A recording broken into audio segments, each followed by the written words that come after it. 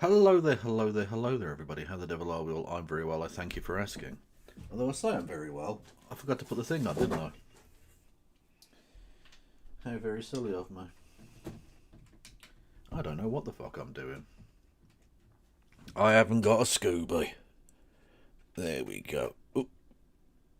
Oop. Right. Now we are in action. Yes, how are we getting on? I was watching football, so that is why I'm slightly later than I would otherwise usually be. 1-1. Bit of a nothing kind of a game in many respects. Anyway, whatever. You're not interested, and that's absolutely fine. Although I'll probably be on doing football stuff on my sports streams tomorrow, so go and check those out if you wanted to. Oh, pardon me. Spent this afternoon with my nephew and niece, looking after them, whilst the parents went and did things. Boring shit. They do boring adult stuff. Not even exciting adult stuff, just boring fucking sorting out banking and things, which is not ideally done with a 1-year-old and a 3-year-old in tow. So Kev got lumped with them. But it was very nice. We watched some Peppa Pig for the millionth fucking time. Never gets boring. Yeah. I emailed a copy of the Epstein book /list. Have any of you had it sent to you? Who did you get emailed by? Who emailed you that? What emailing lists are you a part of, Davey B? You crazy mother flipper.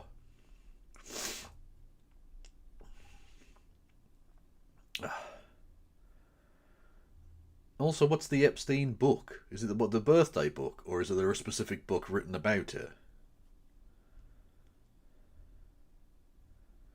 Are you a fan of Peppa? Not especially. There are better kids shows. It's not the end of the world. Look, it's a nice show. It's like a kids show, right? Try what you get. Bluey. Bluey's a way better show. Yeah. But my niece likes Peppa. Ah, Peppa. Uncle Keb. Peppa.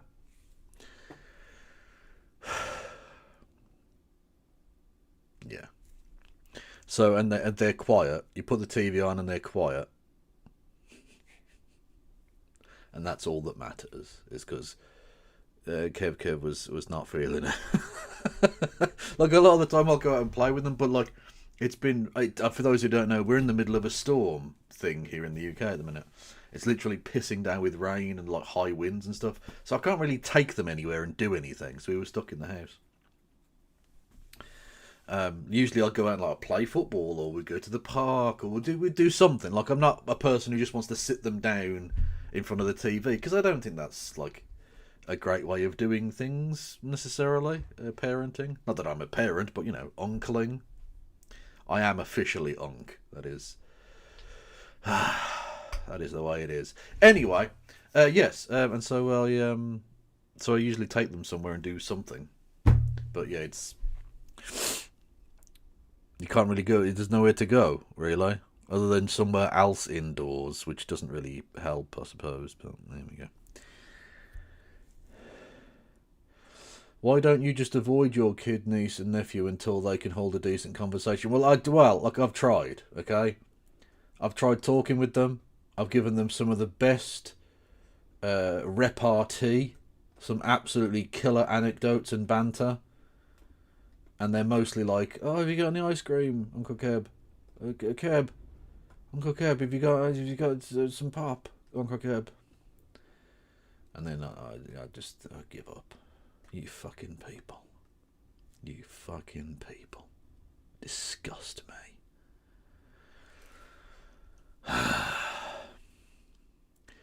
And I have to pretend that their drawings are good, and they're not, they're shit.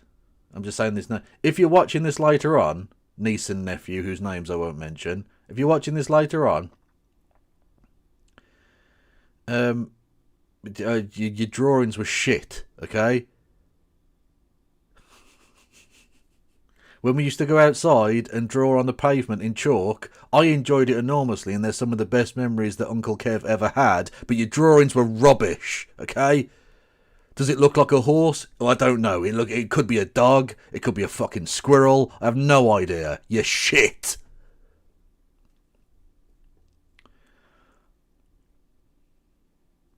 But there you go.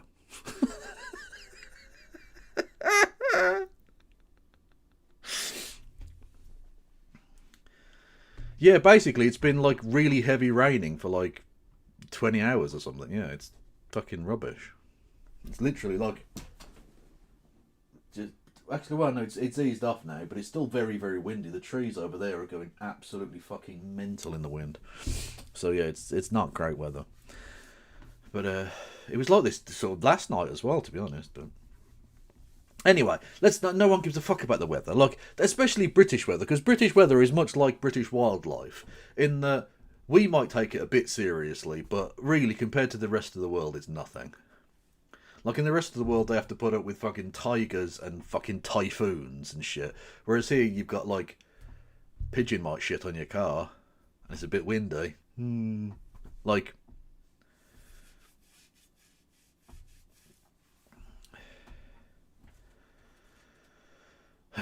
anyone for tennis? Yeah, go on then. I only managed to walk 22 kilometres in the last 2 days. That's mental. Why are you walking so fucking far, 255? What do you mean you only managed that? That's several miles each day. Why are you walking that many miles every day?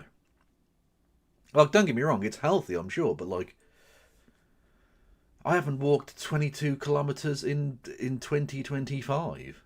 Actually, that's not true, but you get the idea. Don't write anything on the pavement. Mahmood will get you arrested. True. I'm terribly un-British of me. I might be attending a protest tomorrow, which would be terribly un-British of me. Awful. According to the Home Secretary, who can fucking do one. Anyway, let us not mess around. If you are new here, or even if you're not new here, if you're on twitch.tv/KFLogan1875, you can hit the follow button for nothing. You can subscribe to the channel for $5 or some shite, I don't know. You can give subs to the community. You can subscribe with Amazon Prime. You can do bits messages. 200 bitty bits or more will get you a text-to-speech. You can do super chats via the Streamlabs link below. $2 or more, they get you a text-to-speech. You can help me out on Patreon and or PayPal. I've got a Discord you can go and check out. I've got Blue Sky, YouTube, Instagram, TikTok, and Threads. If you're on YouTube, what the fuck is up? YouTube people, hello. You can become a member for 99p. You can give memberships to the community. You can hit the subscribe button and the like button and all of that shite. The bell icon to get updates or something. The notifications maybe sometimes. I don't fucking know. And you can do super chats, which I will read out. Anyhow, always be plugging. True. Plug in your dad. This is so unnecessary. Funny. Hello, Phantom of Black, who's in the YouTube for some reason. You confuse me, boy. Where am I? It started raining at around 5 a.m. on Thursday, and then it's only stopped sometime after I went to sleep at 5:30 p.m. on Friday and woke up now just past midnight on Saturday. Well, you're in a completely different part of this continent, so that doesn't make any sense. I presume it's not the same storm. That would be very, very long. That would be a big storm. So I presume it's just a coincidence that we happen to be sharing similar experiences right now.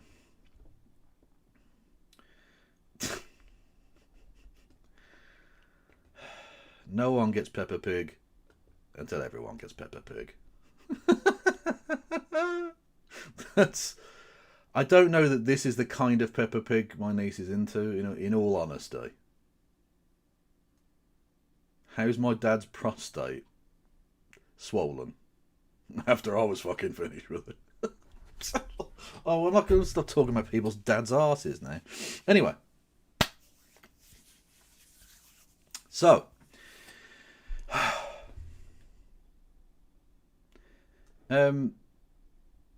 Yes. People may remember. Oh, hang on. What am I doing? People may remember yesterday there were a couple of stories that we dealt with.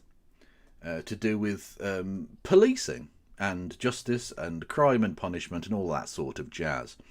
There was the story of the corruption / violence / racism, etc. of the Charing Cross police station in London, the Metropolitan Police, which, by the way, I put that segment out on YouTube. I'll put the link to that in the chats right now.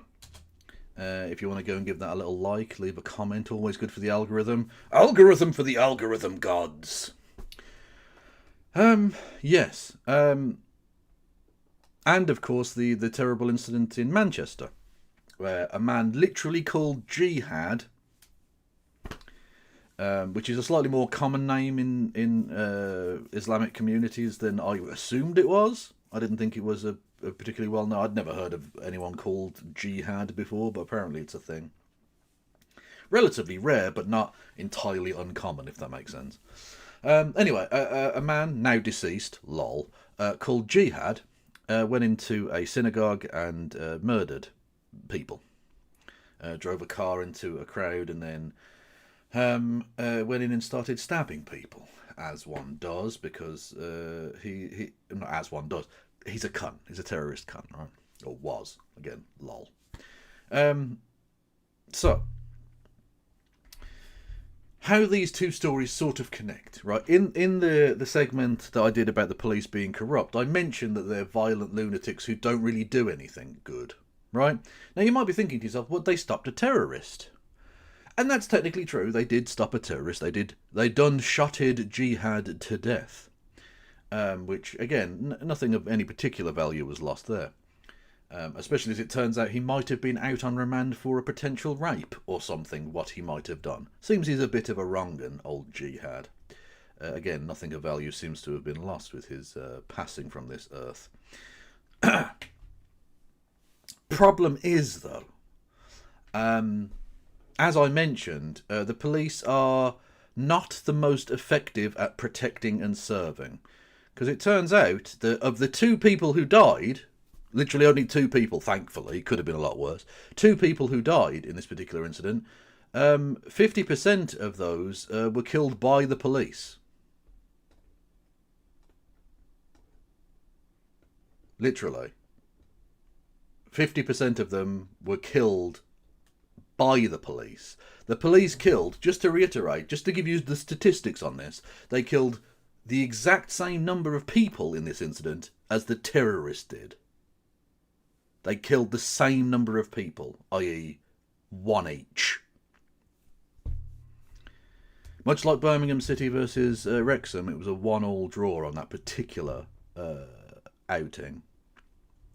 So, yeah, the police are, how do I put this kindly, fucking shit! Because not only did they kill one of the two dead, they also shot another person.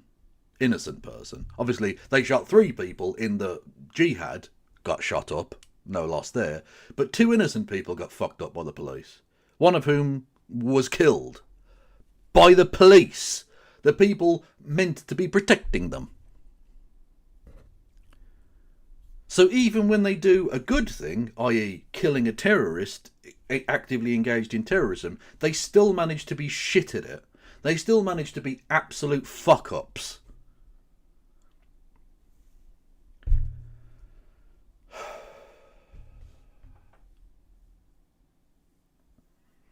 I thought all the bullets were from the police. Yeah, they are. Yeah. No, the terrorist didn't have a gun on him. So literally everyone who was shot, the 3 people who were shot, were all shot by the police. Like, it comes to something when literally it's a score draw between the terrorists and the police as to who might kill you. And we just have to pay a million squillion gazillion fucking quid for the privilege of having maybe being killed by the police in a terrorist incident. Fucking excellent. Unbelievable.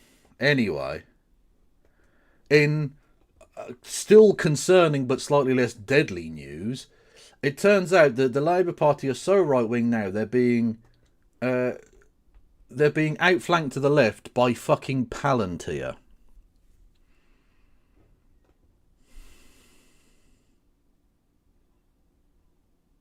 I'll let that sink in for a second. The current Labour Party are to the right of Peter Thiel's dystopian hellscape company, Palantir. Gets even worse, of course, because the boss of Palantir, as you will see, where is his name? There he is, a man by the name of Louis Mosley. Mosley might be a familiar phrase, a familiar name there. He is the grandson of Sir Oswald Mosley, the leader of the, or former leader, now dead, lol, of the British Union of Fascists.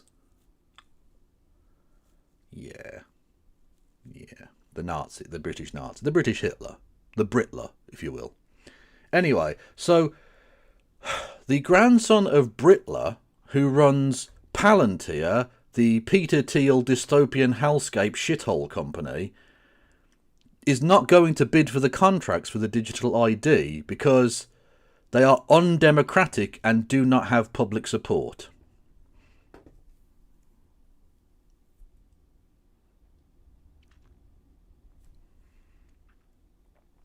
When you are more authoritarian, indeed so authoritarian that they're going to turn down potentially £1 billion in profit because it would be too bad for their image, for the grandson of Britler, who's running the dystopian Peter Thiel fuckhole company, when you are that far gone down the authoritarianism line, you need to have a cold shower and a look in the mirror as to what you have become. When Palantir go, look, we're all for public collection of data and like fucking people over and, you know, overruling people's rights and stuff, but this is too much. You've gone too far now, Starmer.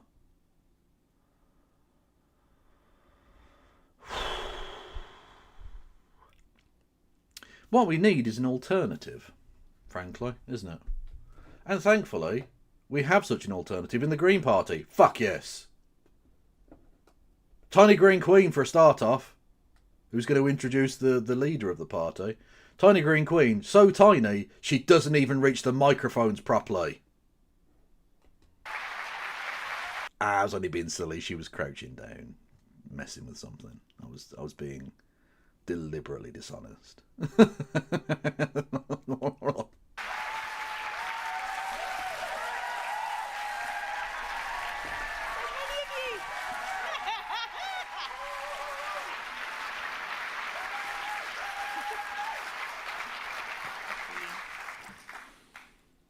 Well, we say this every year, but holy moly, what a year it's been! On behalf of all 4 Green MPs and the Green peers, I want to start by offering a massive warm welcome to the thousands of new members who've joined the Green Party. Welcome. Thank you for the personal shout out. I appreciate that. She's shouting me specifically out in this, okay? Nobody else. Just me. Because I'm fucking awesome. To your new Green family.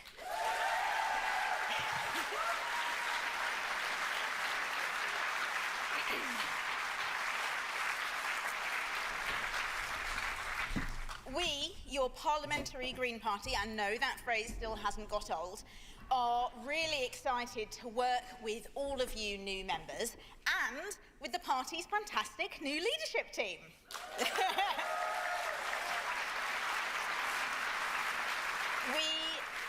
We are unified, focused and ready with a bold, refreshing, positive vision. Ready. Also, you again, as someone mentioned, always be plugging, right? That's literally the name of his fucking podcast. He's got his Chiron bit as the name of his podcast. That's the Sigma grind set, okay? Or never miss an opportunity to advertise. Oh, podcast friend. Oh. To be the antidote to the creeping politics of hate, division and managed decline. I've just noticed that, by the way. You can completely change the outlook of this by going bold politics, old politics. Because now it says old politics because my face is in the way.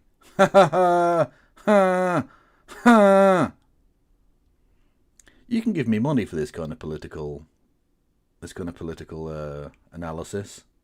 You can do that. That's a thing that's available to you.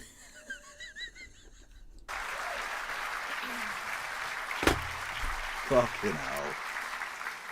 Before I go on, speaking of my fellow MPs, Adrian's not able to be with us this weekend as his father recently passed away and he's taken some compassionate leave.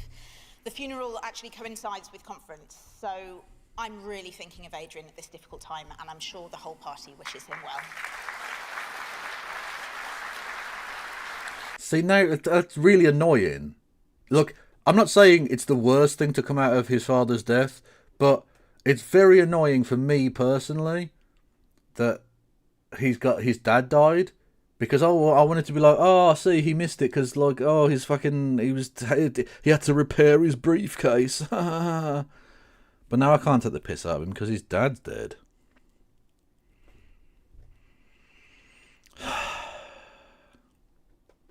What a selfish cunt.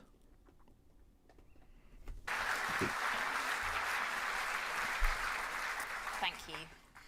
Together, as co-leaders, Adrian and I took the party from 1 MP to 4, from 450 councillors to over 850, and won nearly 2 million votes at the last general election. Flex. Absolutely flex it, Queen.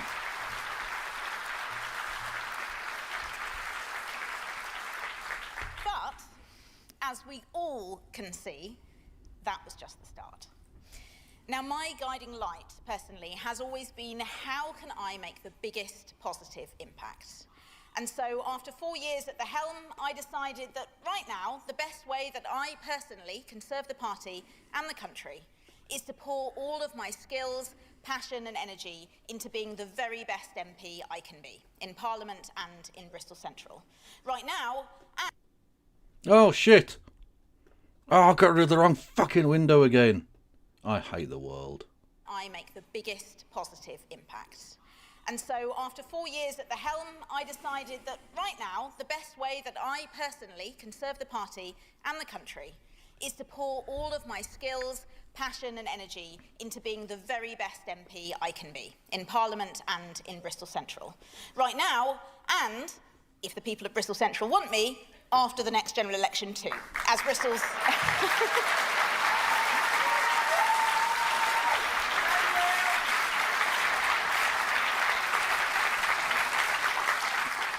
You know the rest, thank you. Now, on to the matter at hand. Because for Zach too, making the biggest positive impact is a huge part of what drives him. And in this... She is there. She is very much, No Justice is there. Did I bookmark it or did I only like it? I think I might have only liked it. Which means I have to go into the profile and I have to show you my likes now, which is mainly cats and stuff. There she is. See, the tiny green queen is not the only queen there, okay? Boom. Celebrity. Political celebrity. Navarra Meader royalty, as it says there. No Justice MTJ. Turbulent political moment, not just here in the UK, but around the world, his courage and conviction are already making that difference. In so many ways, he embodies the values and the politics that make the Green Party so unique and so necessary. Zach will take us forward through sheer hard work with his vision for a brighter, fairer future, by making politics fun again and by being that all too rare thing, an inspiring leader who gives people hope. True.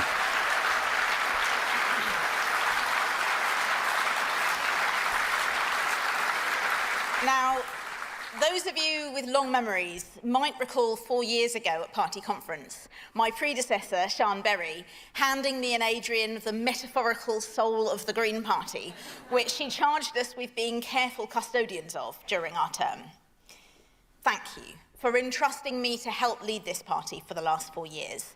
And I am now so proud to hand over the baton to... Well, Mancheater, I said it from the very beginning. Like, I don't want to be too Billy Big Bollocks about this, but I said from the very start, as soon as I saw Helena and the way she spoke, instantly I knew she could be a very good communicator. And if she wants to be, she can be, like, a legit out there, like, personality.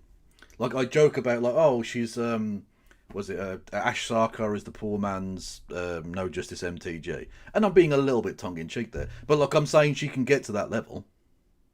Absolutely. Like, I've been in this game long enough to know that, A, I'm never getting to that level. That's fine. And that she definitely can. Because she's fucking awesome. She's just very good at communicating. She takes it a lot more seriously than I do. Yeah, she's just a cool person. Anyway. To a man that I know is as passionate and excited about this next phase. Kev could be the UK Vosh. I have got no hidden folders next to any tax returns. I deny these allegations. No thick stack goblins anywhere near the Kev. As each one of you. Conference. This is his moment. He's been nominated as one of Time Magazine's top 100 most influential rising stars. Yes. Which, I'll be honest with you, I was a bit annoyed not making that list. I think I was 104th. Oh, terrible. This man is already breaking the internet, already being recognised everywhere he goes, and already putting the Green Party onto more and more people's radars every day. So please, welcome to the stage the new leader of the Green Party, Zach Polanski!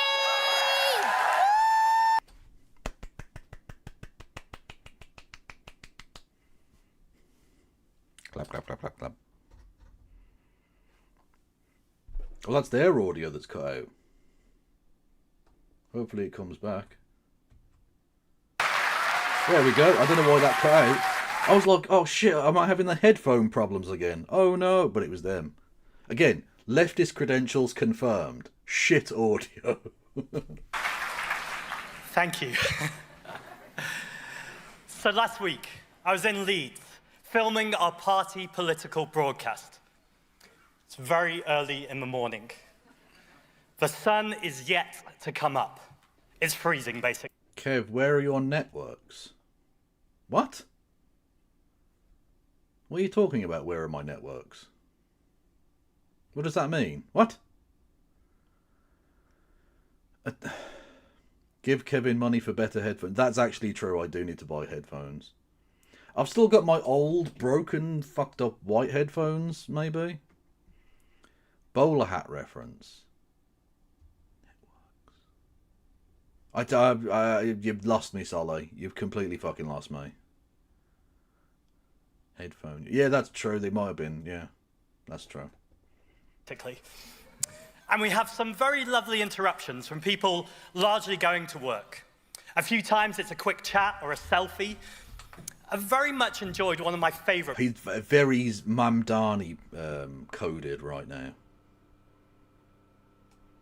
Did you see him when he was trying to film his video in New York and he kept just being interrupted by randos on the street? It was fucking awesome. Like, yeah. Usually, like, all I'll say is when it's a right-wingoid, it's like, you know, fucking Michael Rappaport doing his bit and he just gets fucking snowballed. Whereas Mamdani gets people going up and being like, oh shit, you actually won. Fuck yes. Like, the people are actually fucking happy about it. Imagine that. A politician that people actually want to win and aren't just like, oh, I'm glad the other guy didn't win. Like, a person you actually actively want to win an election. Mental. Moments. I'm talking to the camera about excess billionaire wealth. And then suddenly a voice pops up from over a fence and he shouts, "You won't find any of that round here, mate." But actually, the very best moment of filming is I'm just about to finish and a young couple come over. And the woman says to me, "Could I ask what you're filming?" And I start to say, "The Green Party political broadcast." She turns to her partner and she goes, "Bloody hell, it's Zach." And by the way, we just joined the party.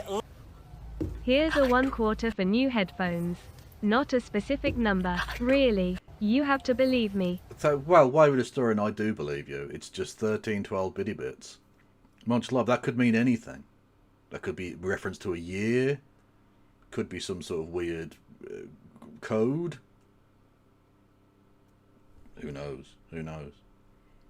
But if someone else gives Monkey at this point, we'd be on a hype train.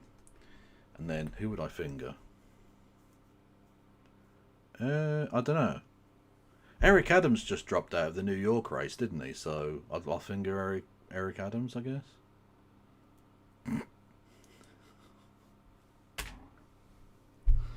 Fuck it, why not?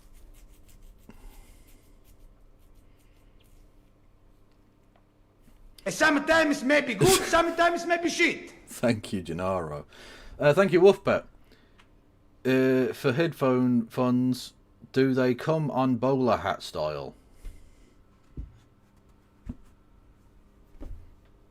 Yeah.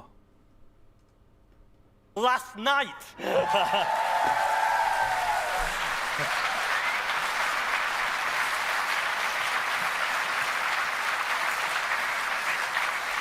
Oh, where's your movement? Was a BH thing for... Oh, that's... Yeah, okay. Okay. Okay. I'm with you. I'll just say it's not an issue and move on. Now, I've got to be careful here. I can't personally promise to turn up on the doorstep of every single new member the morning after, but it was a very lovely moment.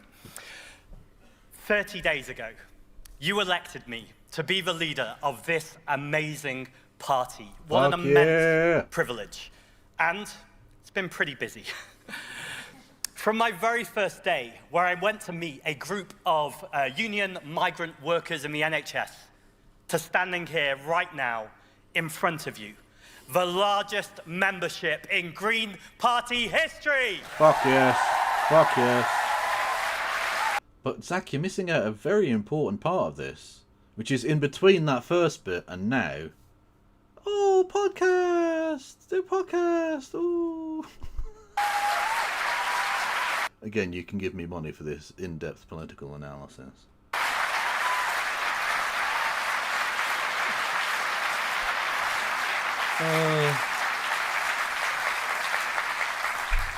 I've honestly loved every single day. We said we'd build this movement, and that's exactly what we're all doing. I want to say a special welcome to every single person who has just joined the party in recent months. Over 22,000 of you, welcome! Fuck yes. Go on, lad.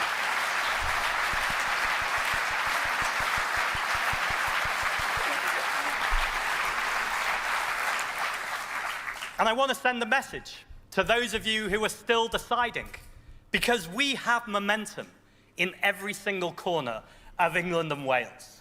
We are mounting our most ambitious, our most exciting campaign ever. This is the Green Party's moment. And if ever there was a time to join us, that time is now. Yes. Honestly, like I can't say the things I'd like to do to this man, but I definitely couldn't. I definitely couldn't show them in before the watershed. Sex stuff.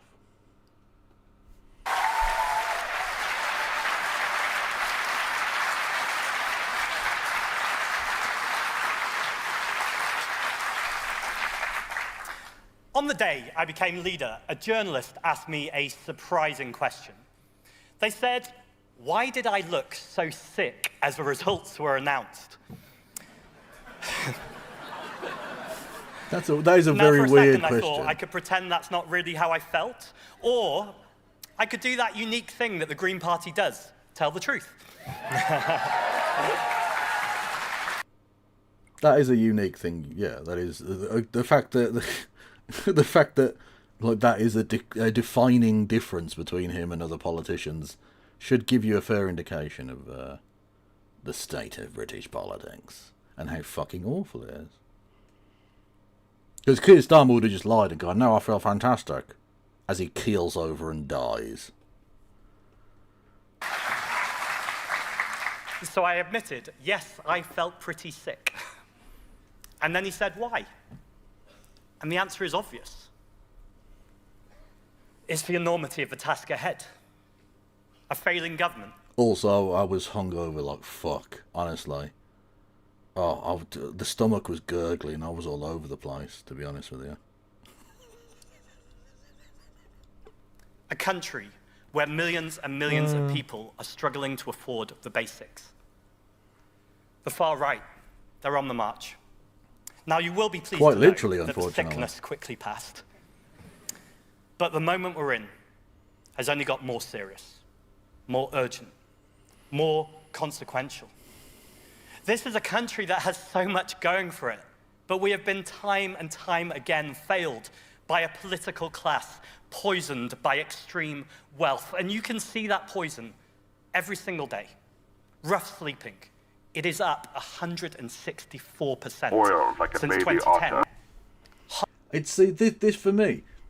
This tells me everything I need and want to know, it tells me everything that I need to know about the man in order to throw my support behind him, and it tells me what I want to really hear from a person. Because I remember one of the things that inspired me about Jeremy Corbyn back in the day was when he was asked what would be your number one priority when you get into government.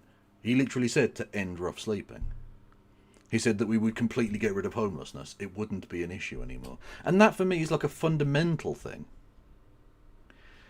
Before you can do anything, you need a fucking house.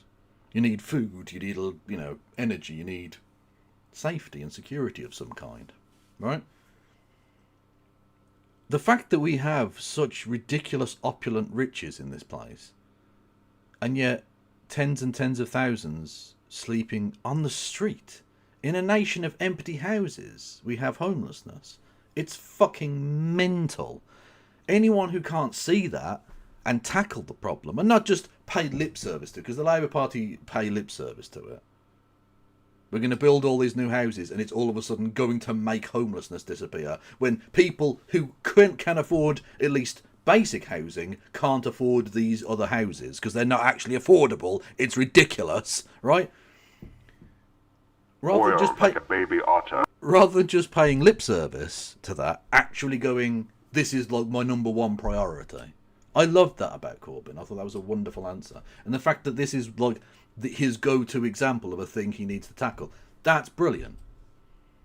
That tells me that his priorities are in the right place. Even if I don't necessarily agree with everything he says and does, or if I think he makes a tactical mistake here or there, I can at least say, I know he's heading in the right direction. He's heading in the direction that I need him to.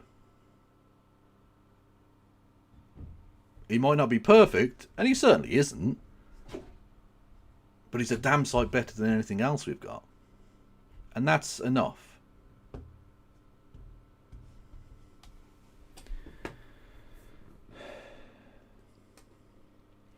Thank you, Carl Brown, for becoming a member. And indeed for gifting a membership. Much love to you, Carl. God bless you. Half of renters are just one paycheck away from losing their home. Water companies, they're pumping sewage into our water and then charging us extra for that privilege. A country where we are all paying the cost of the selling off of our shared assets. Exactly. £250 more.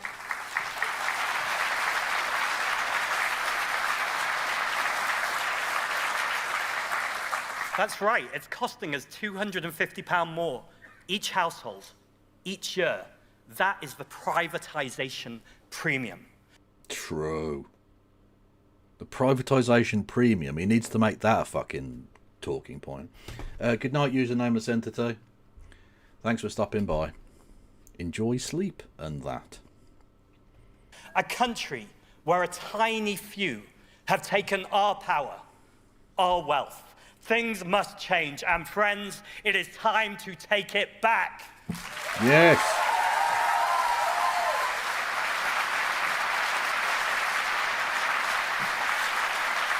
%. So on my first full day as leader, I went to Clacton. Go Clacton. By the way, guys, that's not a phrase you'll often hear from the constituency's own MP. And I spoke to people out on the street, and it was the same story over and over again. Years of neglect, total detachment from the people actually making decisions. Yeah. A feeling that there's just not a future to get behind. Well, that's where we come in. Because everything we do between now and the next election must be bold. We have a vision for this place. Would you say you need bold politics? No, podcast. We call home. And boldness means connecting right now with how hard it is for so many people. It means listening, not just finger pointing. It means presenting not just a positive vision of the future, but what we can do right now. Because we are here to turn our country around. So, at every opportunity, from the doorstep to the TV studio, our message from the Green Party is this: we will bring down your bills, we will cut the cost of living, and we will protect our NHS. See, why does he have to get student politics with it? This is not very adults in the room.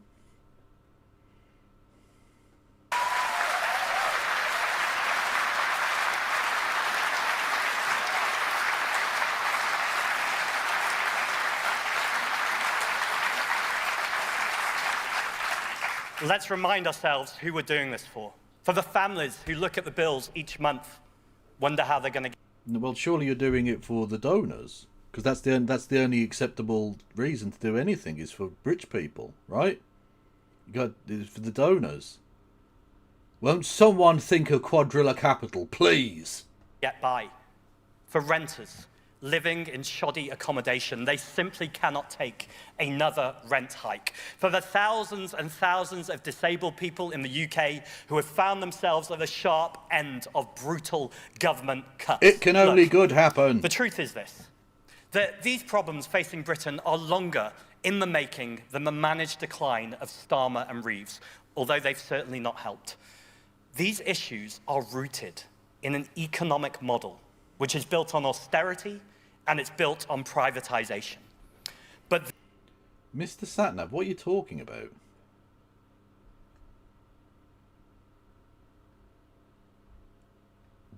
The dude is super pro-Brexit and hates immigration. No, he doesn't.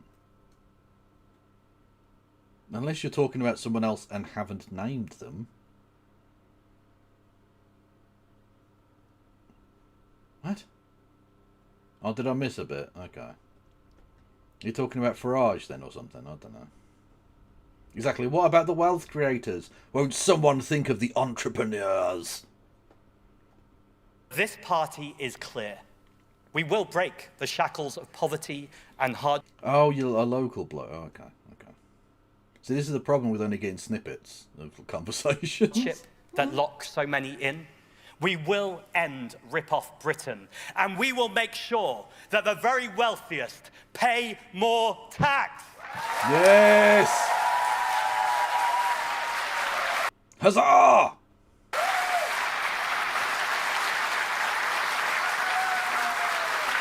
Look at them! The fleas! The fleas! They're everywhere! Ah!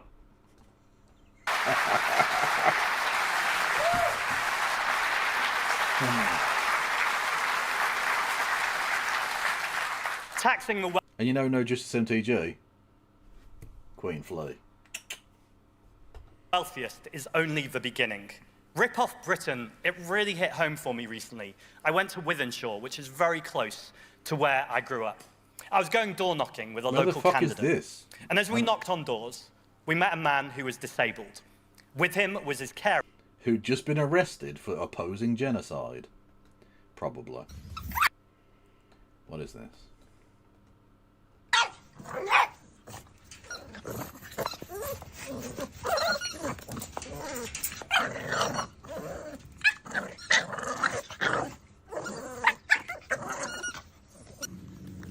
One of them squeaking like it's made of electric. Like it's a squeak toy. Unless that's the person filming making that noise, maybe? I don't know. Maybe it is. Carer who used to be homeless. And we spoke about how hard everything is and how it just didn't feel like a single person was representing them. Yet so many volunteers had turned up that day because they wanted to make life easier and fairer for people. They had turned up because they believed in something different. And so as we asked these people for their vote, and I knew on that night that candidate Zoe Marlowe became councillor Zoe Marlowe, Fuck that yeah. she would be out there. That's right. Where is Wythenshawe? I mean, it doesn't really matter, but I do enjoy learning. Wythenshawe, which I didn't spell at all correctly, but never mind, is an area of Manchester, England. Historically part of Cheshire. In 1931, just tell me where it is. It's Greater Manchester. Okay. Is there anything interesting about this place? Not really. Any famous people? No. There are schools. Oh, hang on. Okay, notable people. Johnny Marr of the Smiths. Okay. One of the good ones. Paul Young of Mark and the Mechanics. Okay. Jason Orange from Take That. Nice, nice. Marcus Rashford. Okay. Cole Palmer. So it's like a posh bit that people live in. They go to live in there. Shay Logan. See? What did I say? What did I say? The Logans were basically a black family, okay? Fact.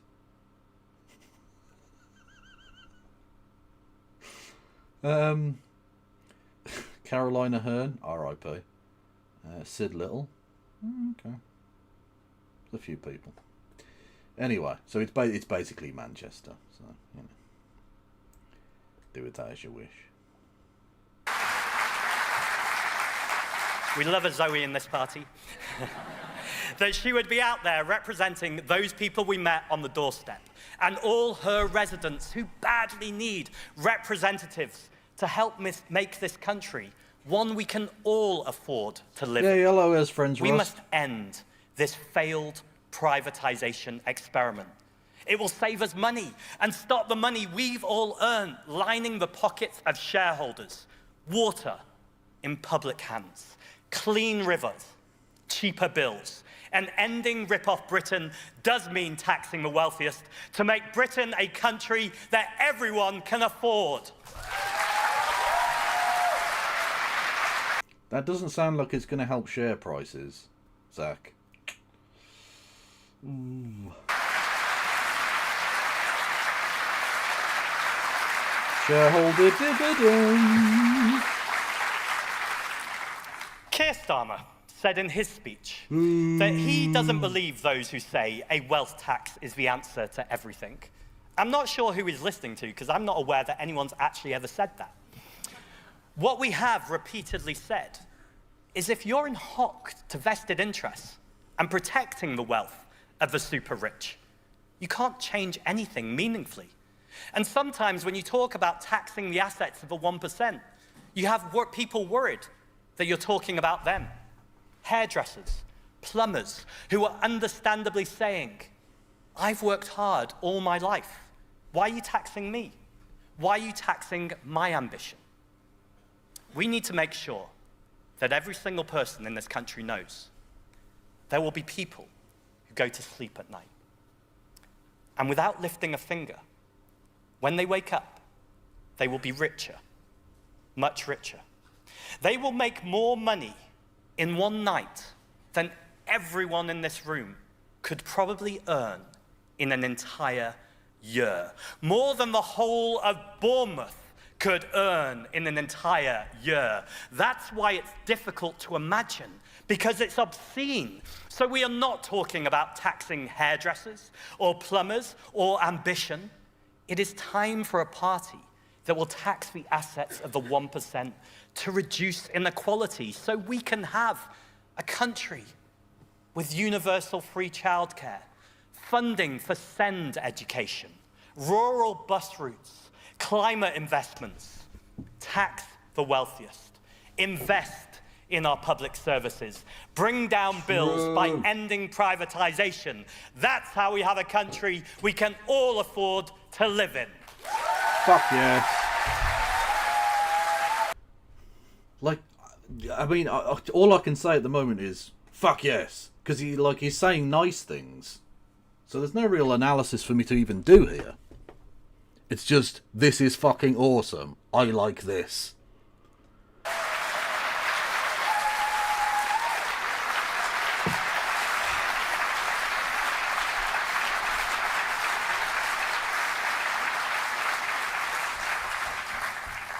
And when I say we all, I really mean all of us.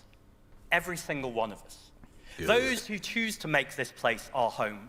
Whether, like me, you were born in Manchester, studied in Wales, now live in London, or whether you've arrived in this country much more recently. This is a party which is unafraid to say, migration has helped make this country what we are today. And... Yes. Fucking hell.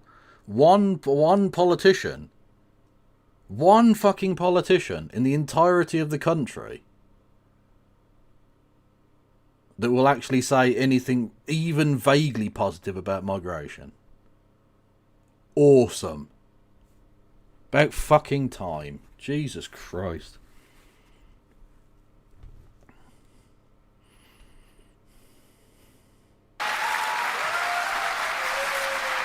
It is my party, yes.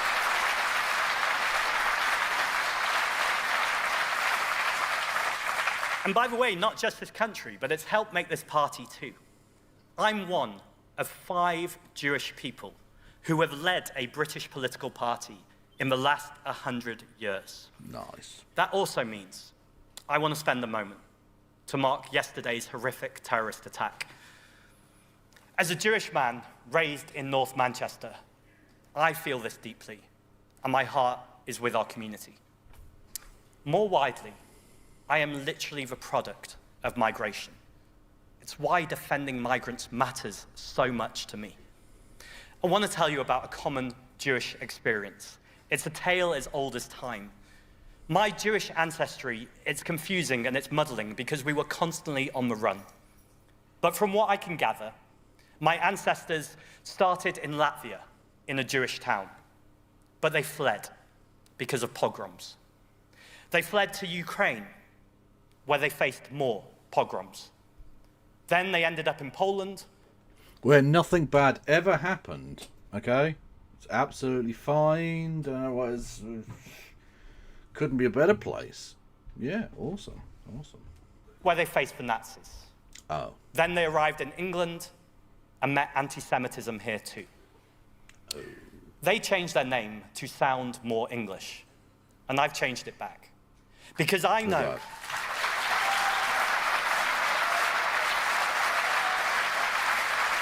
Like, that's, honestly, that's a really fucking ballsy move as well. Because, like, it's obviously, there's a reason why people change it in the first place. There's a reason why, you know, Drumpf became Trump.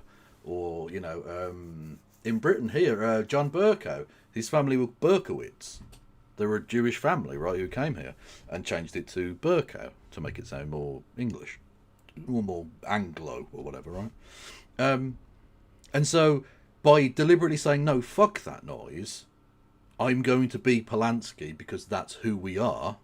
It's who we were, it's how we are, and how we're going to go with it. You're deliberately giving up that potential social good or social easement to say fuck you to anti-Semites. And that's a fucking ballsy and awesome move, and shows that you've got some fucking backbone about you. If you're not prepared to fight for your own fucking name, why should I trust you that you're prepared to fight for the country? Fight metaphorically, of course. Careful how you say surnames, it might piss off David Baddiel. Oh, well, look, he hasn't get a lot of work lately, so I need to mispronounce some names to get him a documentary, I think.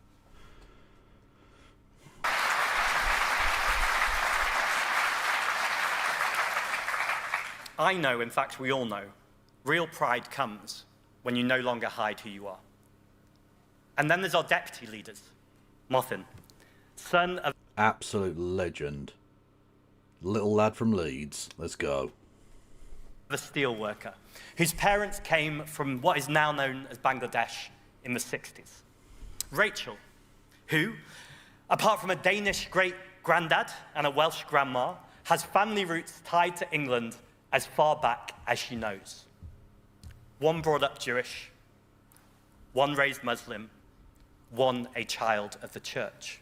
A leadership, 3 different backstories. In a country enriched by people from all... A Christian, a Jew and a Muslim walk into a party. Insert your own punchline. I don't give a fuck. over the world. The Prime Minister might call this an island of strangers.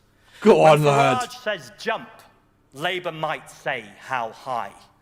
But the Greens will never dance to the tune of a Trump-loving, tax-avoiding, science-denying, NHS-dismantling corporate stooge. Yeah. Oh, touchdown. Fuck yes.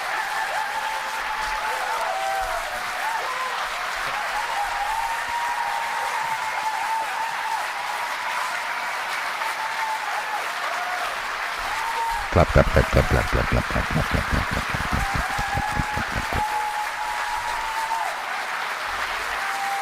Fuck yes, lad. Go on. You might as well stay on your feet, because I'm going to say, we'll say it loud, we'll say it clear, migrants and refugees are welcome here! I will suck your dick so hard that I will break your pelvis. I will suck out your pelvis through your cock, alright?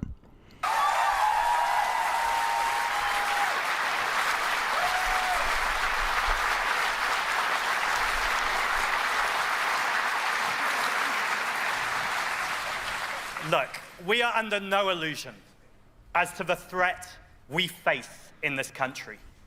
A march in London.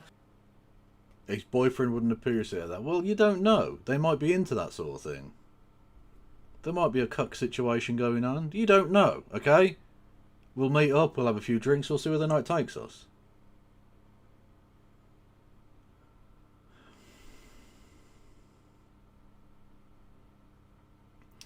This shit is very jarring to listen to. Well, it's very different, certainly. It's not something we're used to. It's a very, very different kind of approach to politics, which I'm rather fond of. Oh, I did a burp. Addressed by a who's who of the far right. A party leading in the polls with plans to deport our friends, our neighbours, our family members. And a government, a Labour government, who are the handmaid. Exactly, fucking Fiona Bruce breaks into the hall. Ah, so you want every single person in the world to come to Britain? Ah! He said a left-wing thing, I need to interrupt him immediately.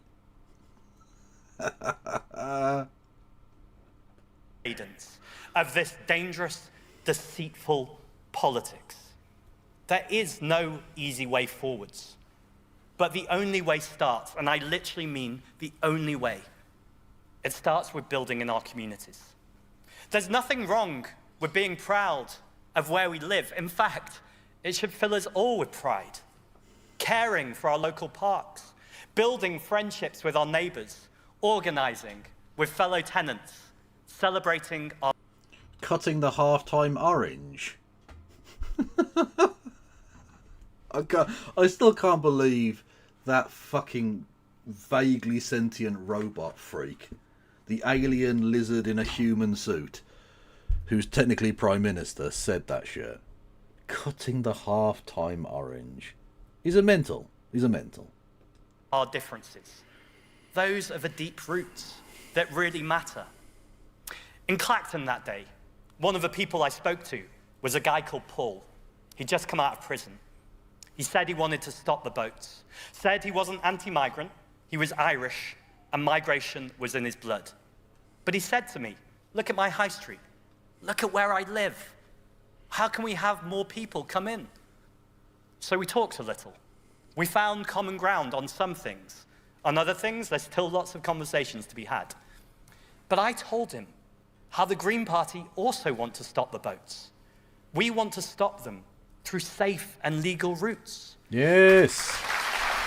The only thing that would actually fucking work for him.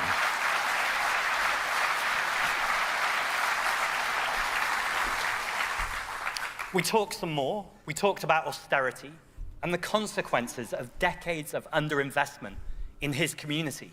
That's a threat to our high streets, I said. Our communities are complex. They have their problems. And change? can make people worried. But we know where that complexity should lead us. It should lead us to better public services, to creating spaces we can all gather, places young people can meet up. Change can mean thriving new economies, new cuisines, people of all faiths coming together. The threat to the places we love comes not from people arriving on small boats. It comes from an economic system that sucks money from people and places who need it. And it comes from a politics that tries to divide us and point the finger at each other, rather than the billionaires. True. This is a nation of neighbours. We have to do things better, and we will. There is a clear path here. If reform can rocket through the polls with a politics of despair, then it's time for the Green Party to do the same thing, but with a politics of hope. No. It's awesome, and I appreciate the oomph, the vigour, the vim that this person is putting into it. That's awesome. I love it. But there's a slight difference between the politics of hope and the politics of fear and division, right? Firstly, the politics and fear and division creates a lot of money for very wealthy people, and those very wealthy people own the media. Whenever the inevitable decline of this fascist wave happens, we will have to look back on the way in which the media created Donald Trump in America, created any number of other awful shitheads around the world, and indeed created Nigel Farage. Like, Sky News took live Nigel Farage whinging in response to the Prime Minister's speech at the Labour Party conference. They didn't need to do that. There was no real reason to do that. It's not like a part of British tradition to have a speech and then like a counter speech. Like, you know, in America they do the State of the Nation and then they have like the opposition party's response to that thing, right? That's like a part of their culture. It's not here. Sky News and the BBC and the fucking newspapers have decided that this is the way they're going to go, right? They're just going to give him as much oxygen of publicity as possible. He has appeared on fucking Question Time like more than some of the hosts of that fucking show seem to have appeared on it, right? It's ridiculous how much they've created this monster and are actively promoting it still right now. So, as much as I admire his aim to, you know, counter that with his own version, but good, and make it as popular, unfortunately the media is owned by people who like Nigel Farage, because they're also evil, money-grabbing, Trump-loving scum, and hate you. And I hope he's just sort of saying this because it's the thing that he probably ought to say, and doesn't actually believe that he can necessarily do that given the media landscape we currently exist in. Because if he does believe that, he's in for a very rude awakening, I suspect.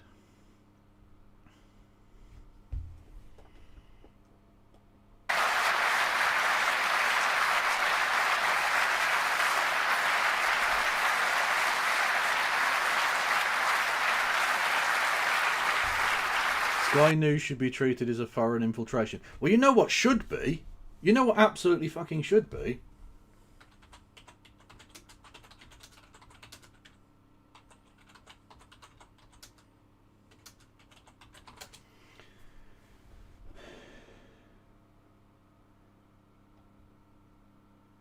This nonsense. The Israeli government are paying up to $7,000 per post to social media influencers. They literally held a conference. Can I get the pictures of the conference? There we go. These fucking cunts, right? Yeah, I'm happy to have cookies from the Jerusalem Post. Why not? Look at them. With the wanted war criminal there in the middle. Yeah. $7,000 a post. Yeah. It positively makes the fucking hundreds of grand that the Kremlin was spending seem like good value by comparison. Yeah, all of these dickheads are social media fucking ghouls. Mind you, I do love this particular guy at the back here. Hang on. Can I zoom in slightly on that? Hang on. Fuck off. Right. This guy, who's you can only see part of his head. Like, is he trying to actively hide?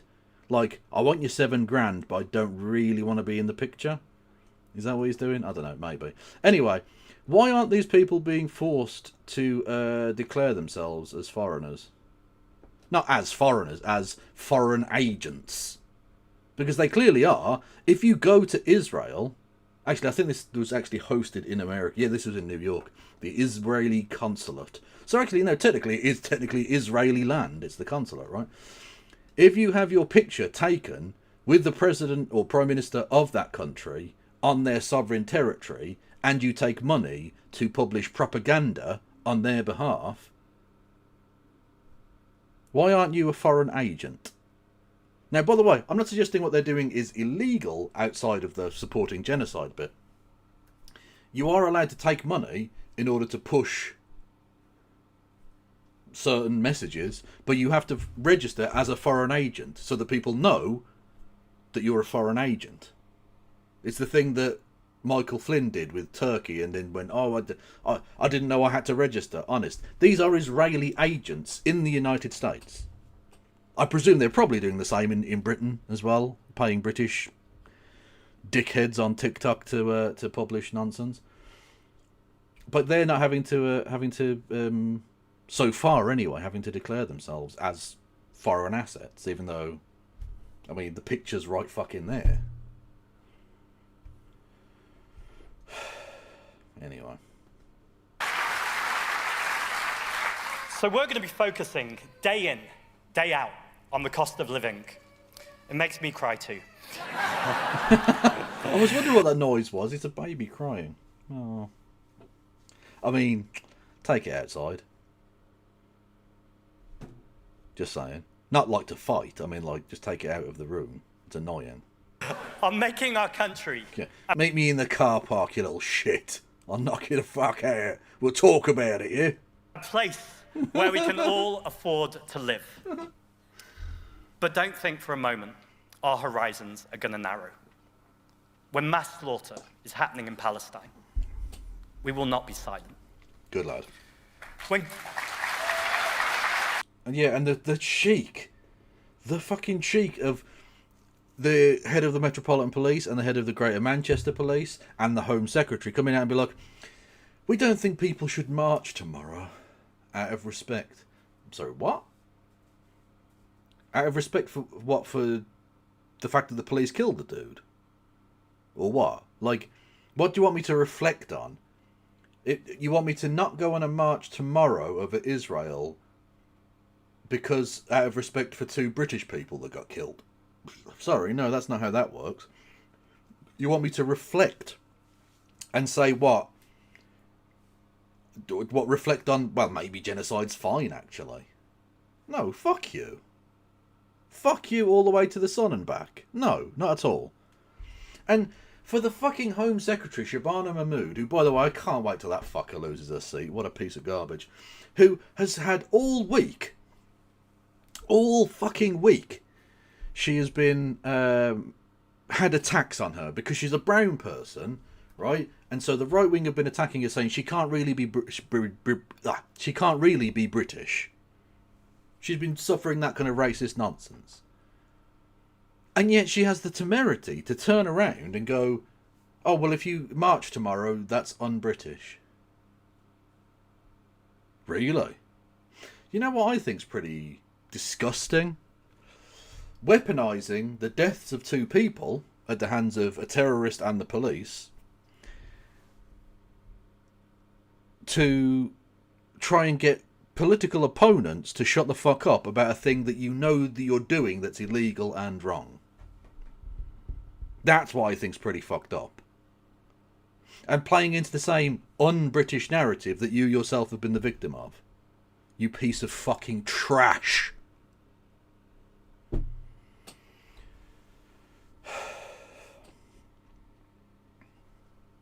Like, fuck off. Just fuck off. Honestly, anyone calling for that shit... Did James O'Brien say that shit as well? Have you got a link to that?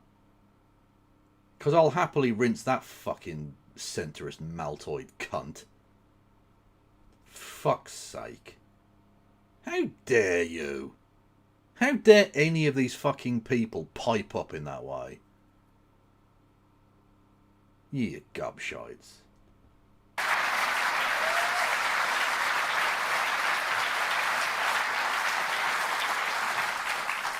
When governments try to silence dissent, we won't be silent. Good lad. Exactly.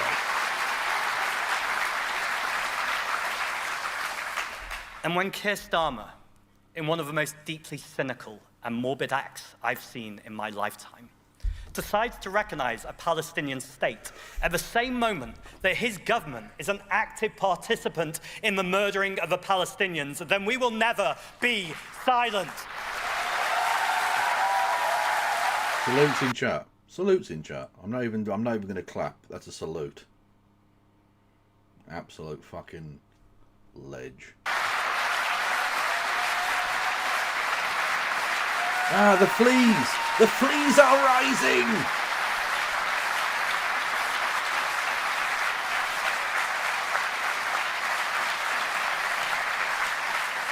Let it be heard across our country, but a call that is now echoing around the world. We must stop selling arms to Israel. We must stop sharing intelligence. We will do everything we can to stop the genocide.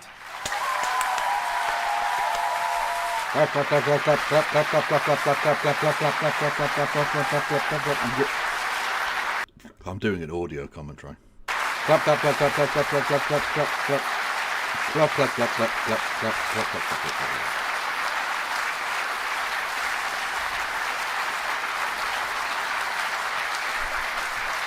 Good night, Michael. Thanks for stopping by.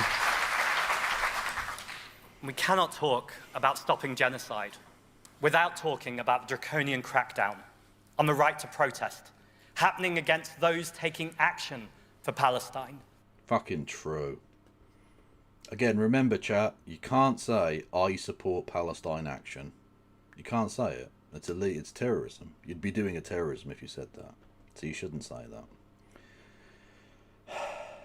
Who is this comrade? This is a person called Zach Polanski. He's the leader of the Green Party here in the UK. Again, not to be confused with the Green Party in America, which is dog shit. This is the Green Party of England and Wales, which is rather good.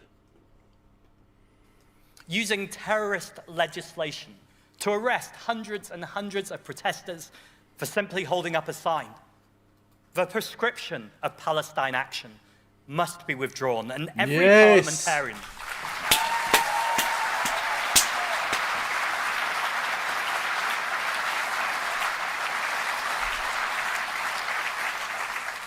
parliamentarian Labour, Tory, Reform, even Lib Dem, who failed to vote against it, need to hang their heads in shame. Yes! Whoopa! Fuck yes. Absolutely. Can you believe that shit? That how cynical it was that they put them in there with the crazy maniac murder gang, or whatever the fuck they were called. Because there was 3 groups that were prescribed in the same vote.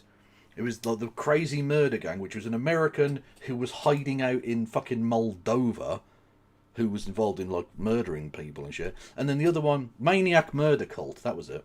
And then the other one was the Imperial Russia movement, which is like neo-Nazi fascistoids in Russia that want to like re-establish the Russian Empire by killing, you know, non-Russians basically. Fucking like crazy shit. Like as if that's on a par with spray painting a plane. Motherfucker, you think that Boko Haram and Al-Qaeda and ISIS are the same as spray painting a plane, you fucking mad evil bastards?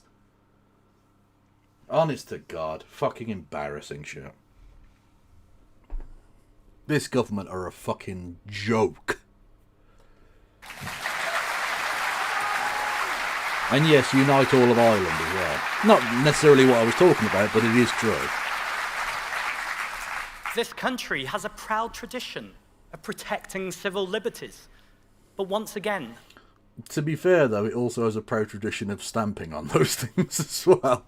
Like, come on now. Come on now. Like, I was literally sort of mentioning yesterday about Hillsborough and Orgreave and all these sorts of things. Like, Britain is a pretty, not proud, a pretty bold, dare I say, a history of shitting on people's rights as well. So, you know.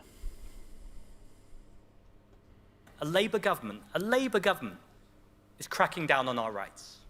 From terrorist prescriptions against protesters to banning journalists from their conference. True. To diving into a rushed evidence-free plan for digital IDs that will only discriminate mainly against minorities. The alarm bells of authoritarianism are ringing loud and clear. I mean, when Palantir come out and are like, this is fucked up, lads. Come on, you've gone too far. When you are to the right of Peter Thiel and the grandson of Britler, check yourself.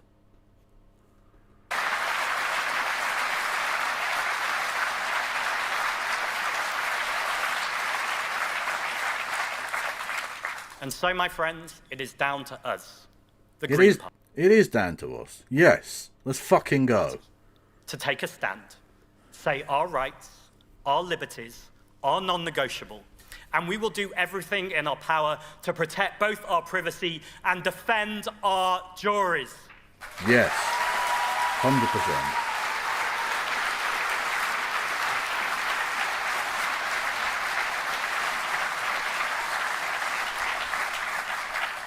And when we talk about global issues, it's clear we also need global solutions. We see that starkly with climate breakdown and with the nature crisis. I've been asked dozens and dozens of times in the last few days, in fact, in the last few hours probably, if the Green Party is an environmental movement or a social justice movement.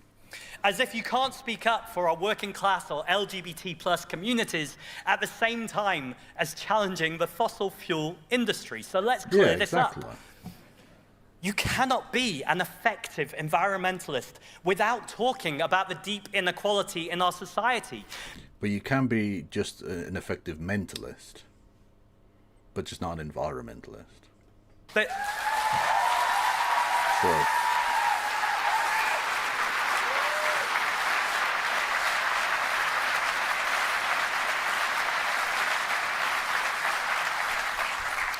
the climate crisis is also the cost of a living crisis, and it is hitting our poorest communities hardest. Honestly, I think the way to deal with this, can he be PM? Well, I hope so, but I suspect not. The way to get people on board with this is to remind them, and it's true, it's not made up or anything, that the climate change is also the migration crisis to some extent as well, because the vast majority of the world's population live within a reasonable distance of the coast, or directly on the coast. So if sea levels rise, a lot of places are going to be inundated and be unlivable, which means lots of people on the move. Where do you think they're going to? Yeah, they're going to go to places that have any amount of resources left. Scare racists. Scare racists into being like, oh shit, if the Philippines gets fucking drowned, all of the Filipinos will come here. And then hopefully they'll get on board with, you know, climate action. Hopefully. Net stupid zero. I'm like, fuck off, man. Unbelievable. Hey, hello, Jean-Luc Picard. How are you, mate? Food inflation is being made worse by climate breakdown. We live in one of the most nature-depleted countries in the world, and we've literally just had the hottest summer on record. Now, Labour made a £28 billion pledge on green investment, but they ditched it before the election, before they'd even had a sniff of power. Now, many of their politicians had long opposed airport expansion, and now they're championing it. They promised not to grant new licenses for North Sea oil and gas, and now we hear, inexplicably, they're exploring new ways to drill. The one politician in the cabinet who at least half gets the issue, Ed Miliband, have tried to sack him. They have failed us on climate, like they have failed us on so many things. And we are now...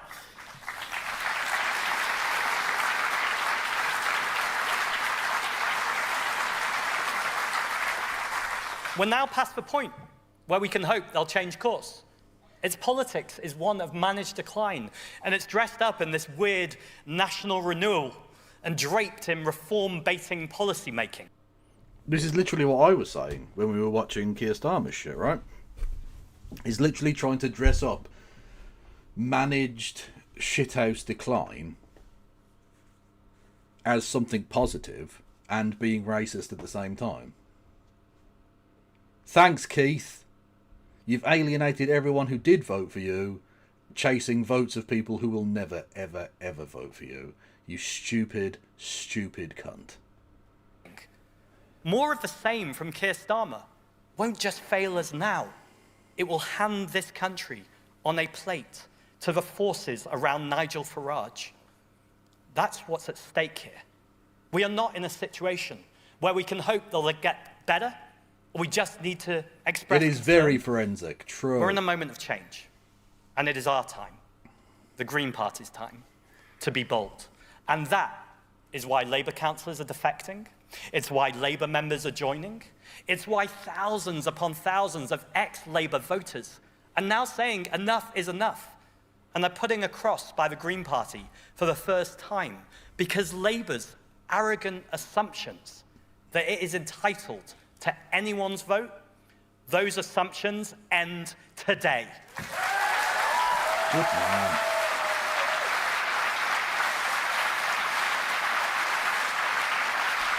And he really is arrogant, because the Labour Party will do this. Whenever they say, you'll split the Labour vote. I'm sorry, the Labour vote doesn't exist. Each person gets to vote afresh every single time. You have to earn that person's vote every single time. You're not entitled to these people's votes. Just because they voted for you in the past doesn't mean they're going to in the future. You're not fucking entitled to this. You don't own their fucking vote, you piece of shit. You serve us, not the other way round.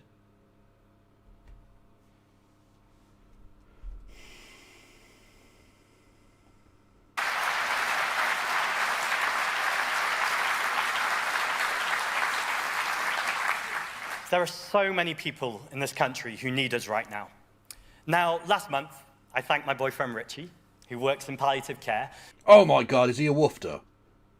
No one told me this. I'd have never sucked his dick if I'd known he was gay. Ugh. Ignore them, Kev, you look gangster in that hat. No, well, no I don't, but thank you.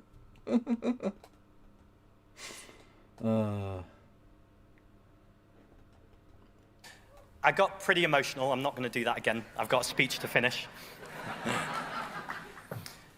But I was emotional because I see the work, both Richie and all his colleagues. I am going to get emotional. Both all Richie does and his colleagues do every single day for people in their final chapters of life. I remember years ago when Richie first started working at the hospice. I was worried about what every day would be like, dealing with the weight of working in such an environment. But actually, it's the complete opposite. They often say in hospices, no one enjoys life more than those who work with people who are dying. And so as well as thanking again my wonderful boyfriend, it's a moment to recognize how many people across our country are doing these jobs, caring for people, working for the public, showing kindness and compassion. That's the most patriotic thing I could possibly imagine.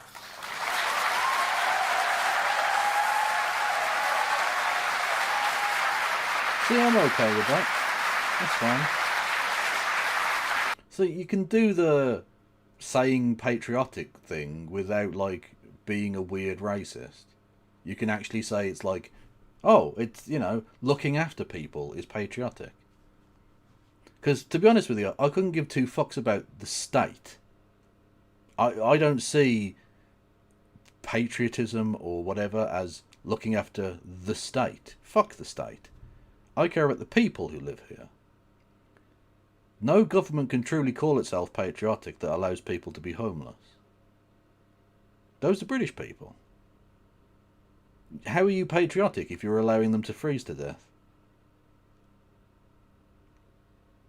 No government can call itself patriotic that allows food banks. Why don't people have enough food to fucking eat? Like, these things are patriotic. These things are actually looking after the country. Fuck the infrastructure of the state. That's of secondary concern to me. Are people healthy? Are there decent prospects for the future? Can people eat? Can people heat? Do people have a roof over their heads? Are they safe? By and large. You can't cotton wool everybody, of course. These things matter.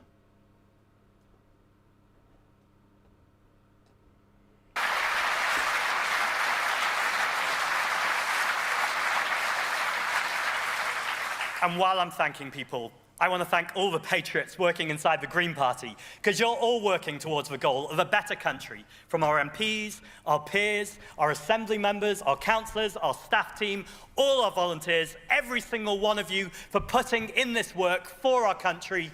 Thank you. Good man.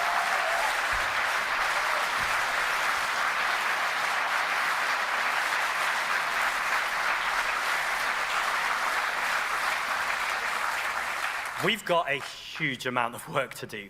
In just a few months' time, we have an incredibly important set of elections. True. And our sights are set high. Look at next year alone and get ready for some bold politics.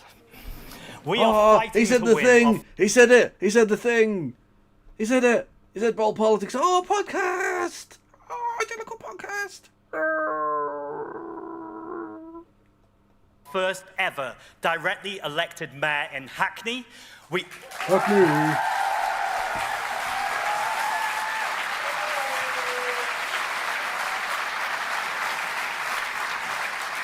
In fact, we're campaigning to win more seats in more places than ever before, and we are on the very cusp of winning our first ever Green seats on the Senate. That's the Welsh Parliament, if Americans are listening. Did you hear he wants to legalise all drugs? Yeah, I did see that. Now, I don't know that he needs to make that policy front and centre, because there are a lot of people who will be put off by it because they don't really understand it. But realistically, it's the only way to go, because we've tried criminalising it and it doesn't fucking work. It doesn't work. It makes the situation significantly worse in a number of key ways. So yeah, legalisation and safe testing, safe using centres and medical... Basically, treating the medical problem of addiction as a medical problem and not a criminal problem. Crazy, I know. Appropriate action for the problem at hand. It's why you shouldn't take transport policy as to the Department of Defence, because it doesn't make any fucking sense to do it that way, does it? You know.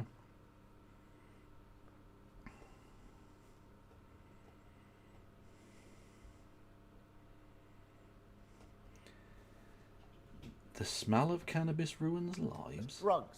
Now, some people call this low level. I do not want to hear those words. There's a family in my constituency. Every night, cannabis smoke creeps in from the street outstairs into their children's bedroom, aged 4 and 6. That's not low level. It's ruining their lives.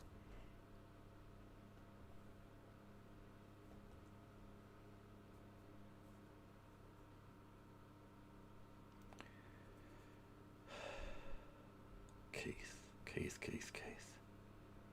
Please fuck off. Like, just actually fuck off. I don't have anything else to say. There's no analysis here. Just go fuck yourself, mate.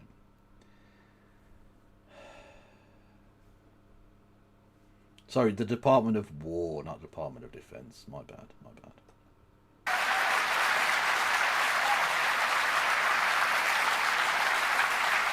By the way, we're coming to the end of this. Did anyone come back to me with the JOB clip? Ooh.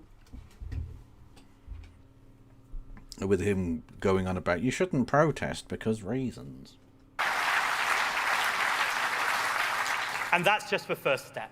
Piece by piece, brick by brick, we are building a party that represents every corner of this country, so that in 2029, or whenever the general election comes, we will be fighting to win more seats than ever before.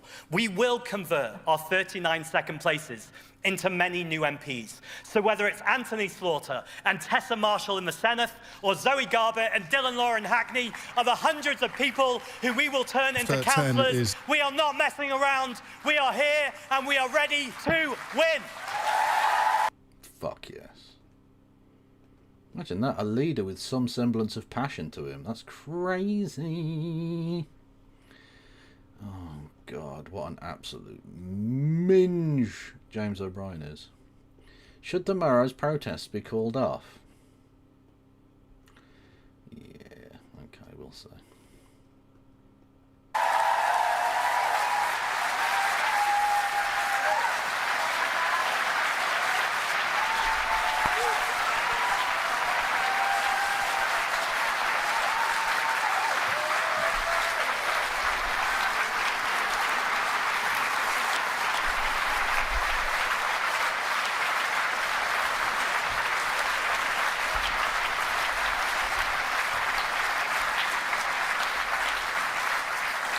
Now, they say you should end big speeches on huge applause.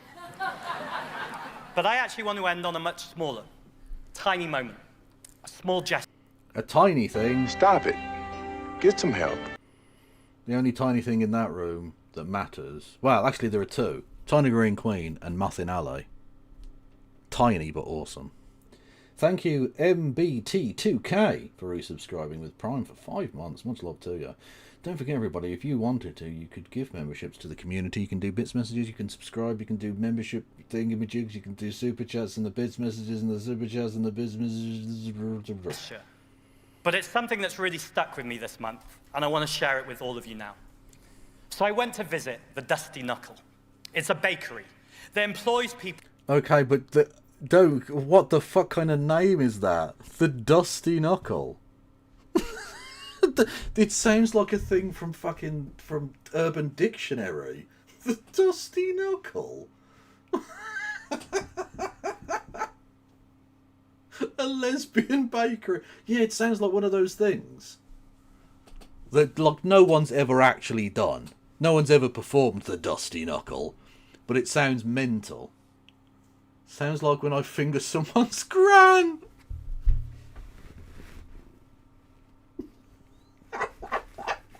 No. No.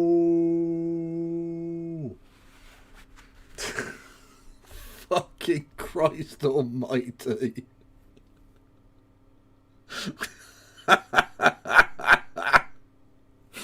I disavow. I disavow.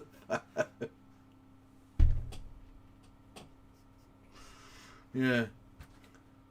The Dusty Knuckle, or as I call it, the Stalin special. Because I fingered the corpse of Stalin. That's the joke there.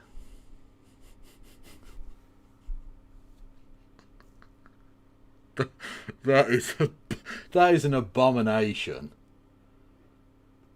That is an absolute fucking abomination. Why are we on a hype train? No one gave money. What? We're on a hype train. I don't know how the hell the hype train happened. I haven't received a notification. All I got was MB2K's thing, but we are on a hype train. So, I just woke up my partner laughing. Anyway. Yeah, if you want to help out on the hype train, bits, messages and subscriptions are the way to go with that. We get to level 2 of the hype train. I'm going to finger Eric Adams, who just dropped out of the New York race because, obviously.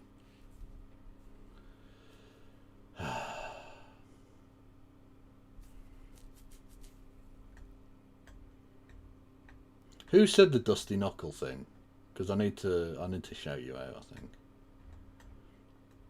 think. The return of the sausages. All cats are beautiful. All cats are beautiful, that is true.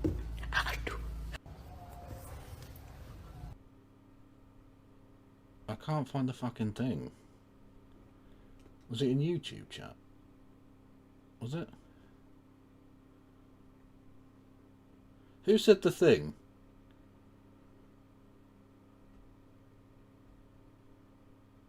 Zach said it. No, well, no, Zach literally said Dusty Knuckle, but who said the fingering grand thing? Because that was fucking hilarious.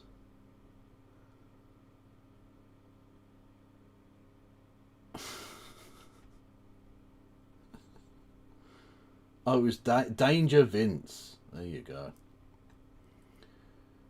Well, honestly, I think I genuinely think someone owes Danger Vince a cheeky little stiff dick of poop.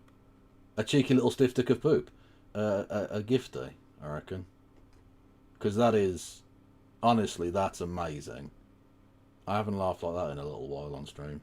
Thank you, Orgle Wargle, with 5 gifties. Although none of them to Danger Vince. But there you go. Anyway, thank you. Enormously welcome. And gratefully so. I hang around James from the internet too much. Well, you know what? There's no such thing as hanging around with James from the internet too much because he's fucking awesome. Fact. That is a stiff dick of poop. Thank you to Orgle Wargle again for gifting a sub to the granny fingerer in question. Danger Vince. And thank you Bez. Oh my god. That is more difficult to say than I had previously accounted for. Bev Zar for gifting 5 memberships, although interestingly is not themselves a member. That doesn't make any sense. I don't get it. But you know what? I will happily still suck your dick. I don't care. That's just the way it goes, alright? Anyway, thank you everyone. It was very, very kind of you, etc, etc. I've got to... That is a stiff dick of poop. Thank you, Orgle, for gifting us up to Bebzar. Oh, there you go. I'm getting to it. That's why it's fine. You don't need to, Bebzar. Although you can pass it along if you wanted to. What the fuck am I doing? Thank you. Thank you, Dingus Van Zandt with Bitty Bits. Much love to you. Hi, Kev. Does your cat keep wanting food at his bowl like mine does? Well, unfortunately, my cat no longer asks for any food because he done died. But it's fine. You don't need to. Presumably, you don't pop here that often because he's gone. He's been gone a while now, my dear boy. But I've got strays that I feed.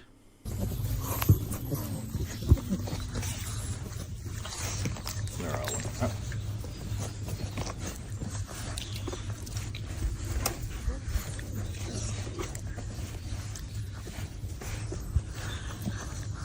Yeah, the little puppies. Yeah.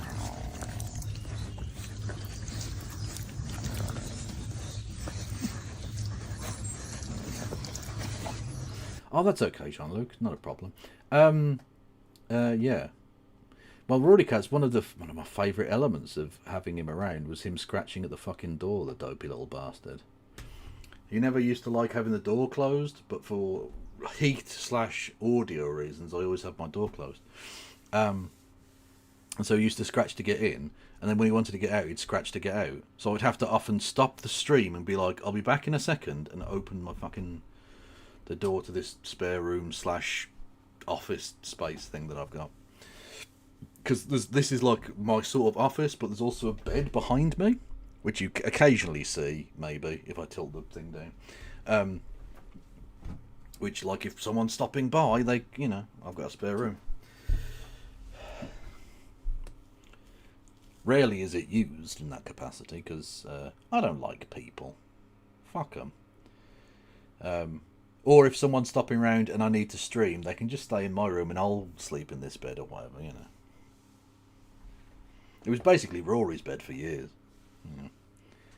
Rory and the window cam was wonderful. Yeah, Rory was dope. I love that fucking little cunt. It was awesome, man. Anyway, good memories, good memories. Thank you to Dingus. Thank you. Yes, we're on level 5 of the hype train. If you want to keep the hype train going, choo choo, etc., etc., you know what to do. Bits and sobs. Rory was the orange croissant. True. He was very French.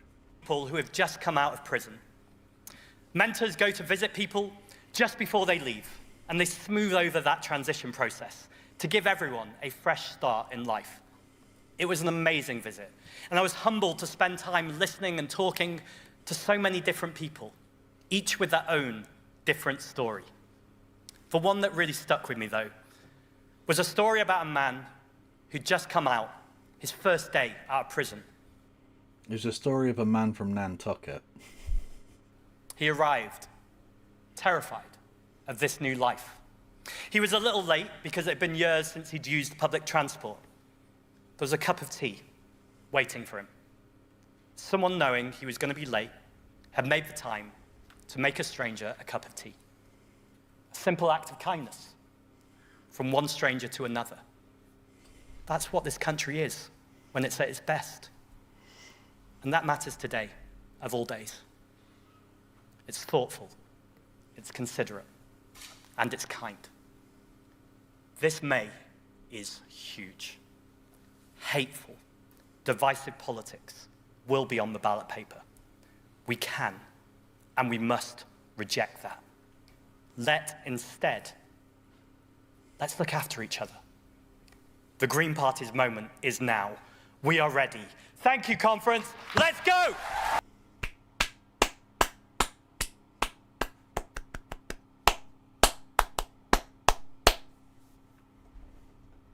Legend. Fucking legend.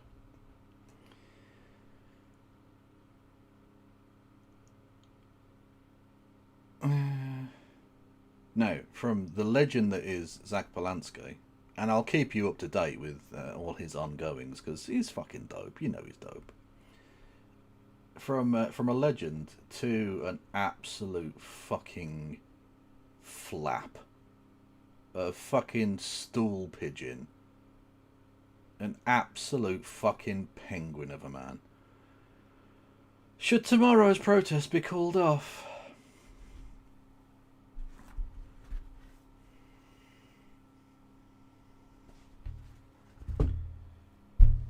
Oh God, what is this?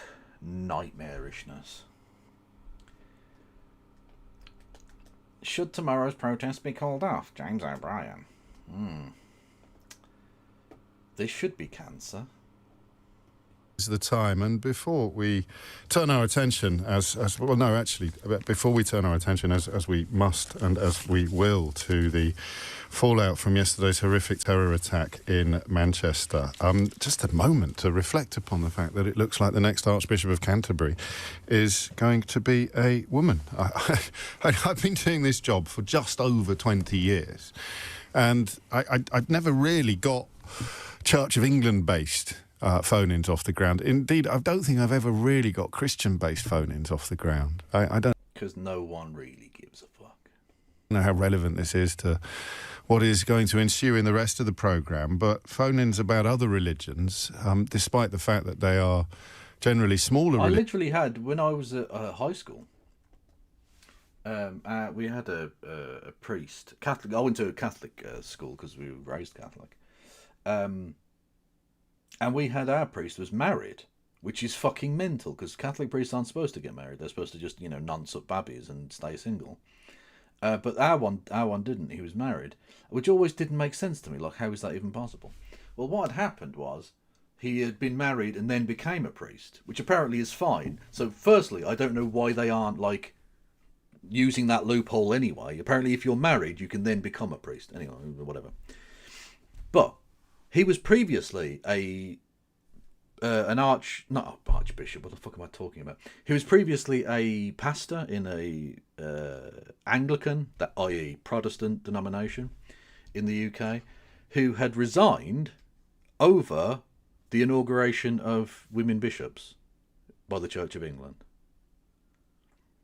He metaphorically went to Rome. He actually literally went to Rome as well, because you have to for like training and all that bollocks. But anyway, he metaphorically went to Rome because women are scum.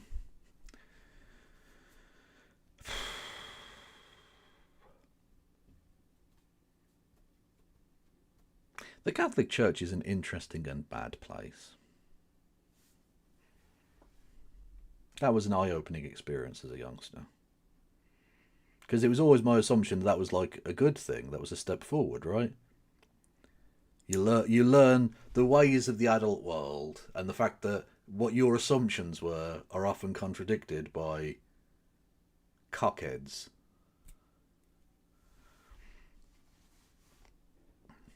I was a proddy but went to a Catholic school, which meant I didn't get a bus pass. Really, Mr. Peterwood, Mr. Peterwood? That's fucking mental. How is that legal? Are you American? I don't know. I don't know what to do. Anyway. Religions, or perhaps because of the fact that they are generally smaller religions than Christianity in this country, can be incredibly fractious and sometimes very insightful and sometimes very fulfilling. But the idea of a female Church of England head, not quite the head of the church, that's still King Charles, but the idea that the most senior cleric in the Church of England could be a woman is extraordinary. It is rather, because I mean it was, again, within my lifetime. I remember them doing the lady bishops thing back when I was a kid, and it being quite controversial. So what's this? Hang on. Oop. Fuck's sake. Why is my mouse being an absolute just by looking fucking prick? Right. I'm going to lose my fucking mind. Newly appointed Archbishop of Canterbury delivers inspiring speech. Can I be bothered listening to this? Shall we listen to the first couple of minutes and see what it's about? Thank you, Alanis. Shall we pray? Oh, no, I'm not fucking listening to prayers. Fuck that. I don't go to church to pray. Back through the passage of time.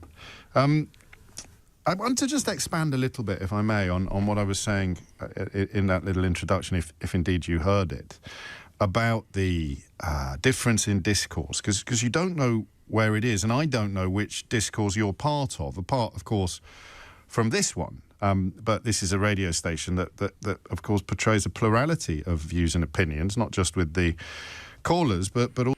Well, except, of course, James, if they happen to have different of opinions on certain topics and are a bit more forthright, then they maybe get fired for that.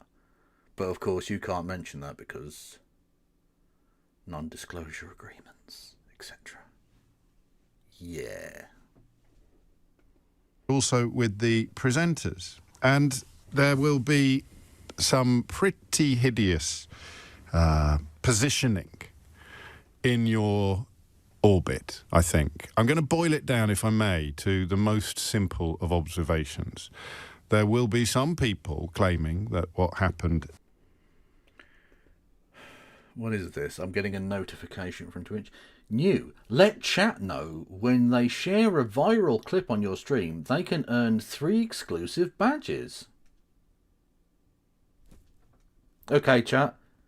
When you share a viral clip of my stream, you can earn 3 exclusive badges. Whatever the fuck that means. I don't know what classifies as viral. I don't know what those badges are. But yeah. So what do the badges do? Can we trade them for money?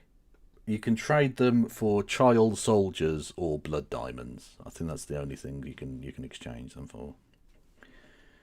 Bit like Bitcoin. Yeah. In Manchester yesterday, where 2 men were killed, Adrian Dalby and Melvin Kravitz. Take a moment to reflect upon those names, Adrian Dalby and Melvin Kravitz.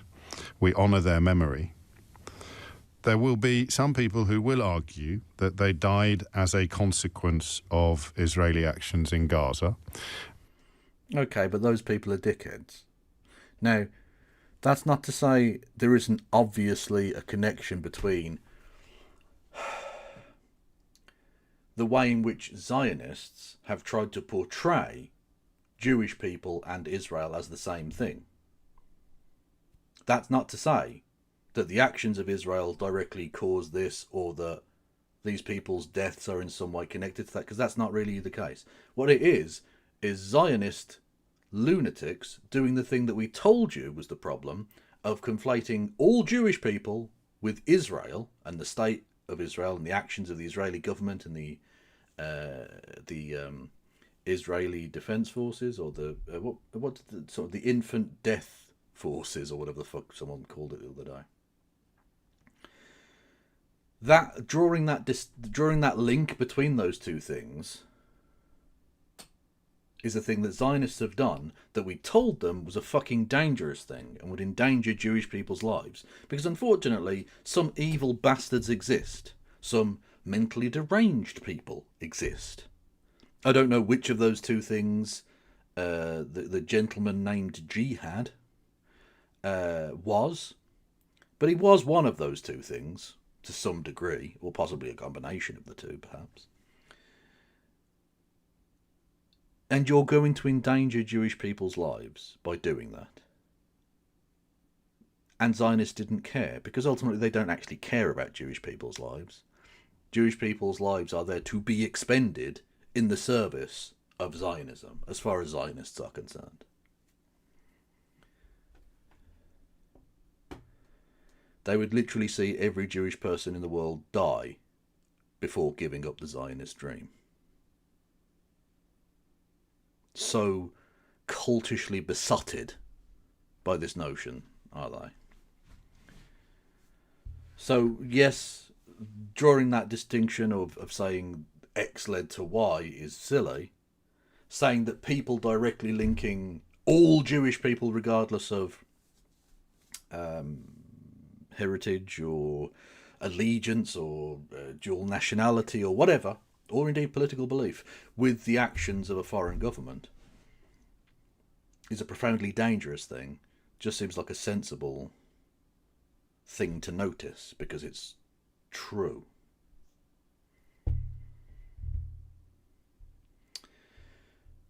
And one of them was killed by the police, Podge. Yeah, no, I mentioned that earlier. I started off the show with that. Indeed. Hey, hello, Bobby. How are you? Good to see you in. And thank you, everyone, for the successful hype train.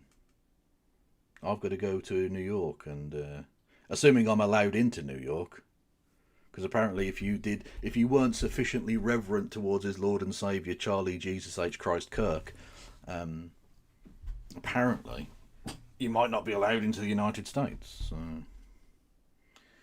Shave first, Kev, for fuck's sake. No, it's fine, it's fine. My name isn't Jihad, I'll probably be alright.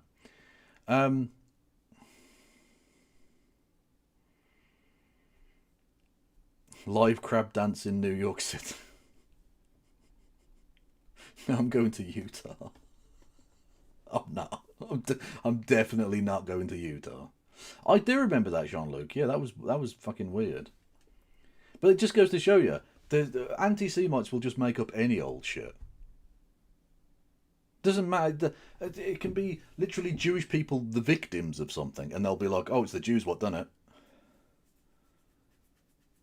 Literally, like, Charlie Kirk was one of the main supporters of fucking Zionist bullshit. He'd been actively complicit in creating the conditions under which Zionism flourishes in the United States. Certainly in the kind of MAGA movement.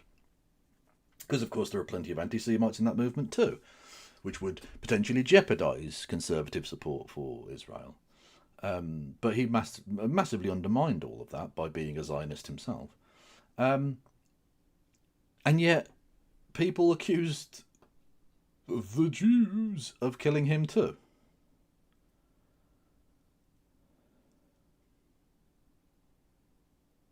You said, New York City is the official pronunciation. Apologies. And Tucson, Arizona is also the correct pronunciation. And equally, there will be some people who will argue that they died as a consequence of criticism of Israeli actions in Gaza. The second position, intellectually much harder to sustain, of course, but as we've known for some time, as we've known forever, really, the conflict between emotions and intellect in issues as febrile, as historic and as horrible as this is rarely won by the cold rationalists. But there are people, and you've probably encountered them, there are people who will be seeking to explain, if not excuse, this horrific atrocity by dint. Now, again, anyone trying to excuse or explain this atrocity is fucking gobshite.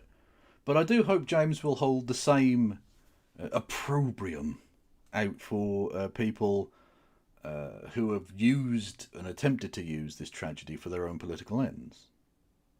People who literally want people's freedoms to march in support of a thing they believe withdrawn by the state, and are using the deaths of these two people and the general attack and publicity surrounding it as a way of trying to motivate action in that direction. I hope you're going to be equally outraged and disgusted on behalf of people trying to use this tragedy for their political ends. I suspect you won't. Of what is going on in Gaza, and there will be people, and you may have heard some already, seeking to explain it by dint of criticism of what is going on in Gaza. That's my first point. I find both of those positions reprehensible because I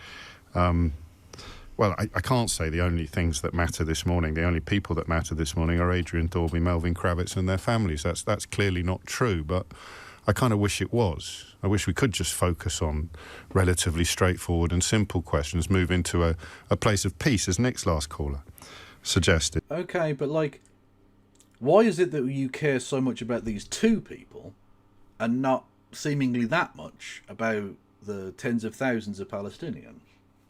Or indeed the God knows how many people who died in the Syrian civil war, or the fact that the government that you supported created slave conditions in Libya.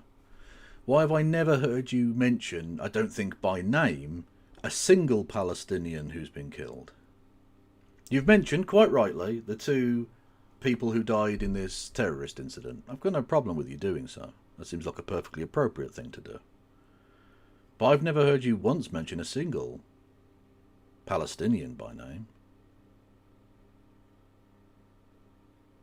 Why is it that some people are nameless statistics in a political fight, and some people are human beings who have families?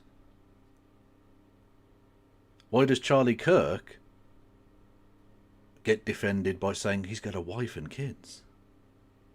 Whereas apparently Palestinians who get killed, they don't have a wife, kids, a husband, mother, father, brothers, sisters.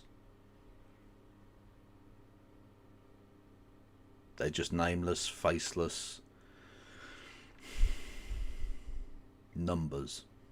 They're just numbers.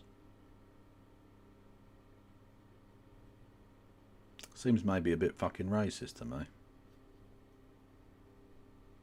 But heaven forbid you point that out. No, that's terrible. You can't accuse someone of being racist.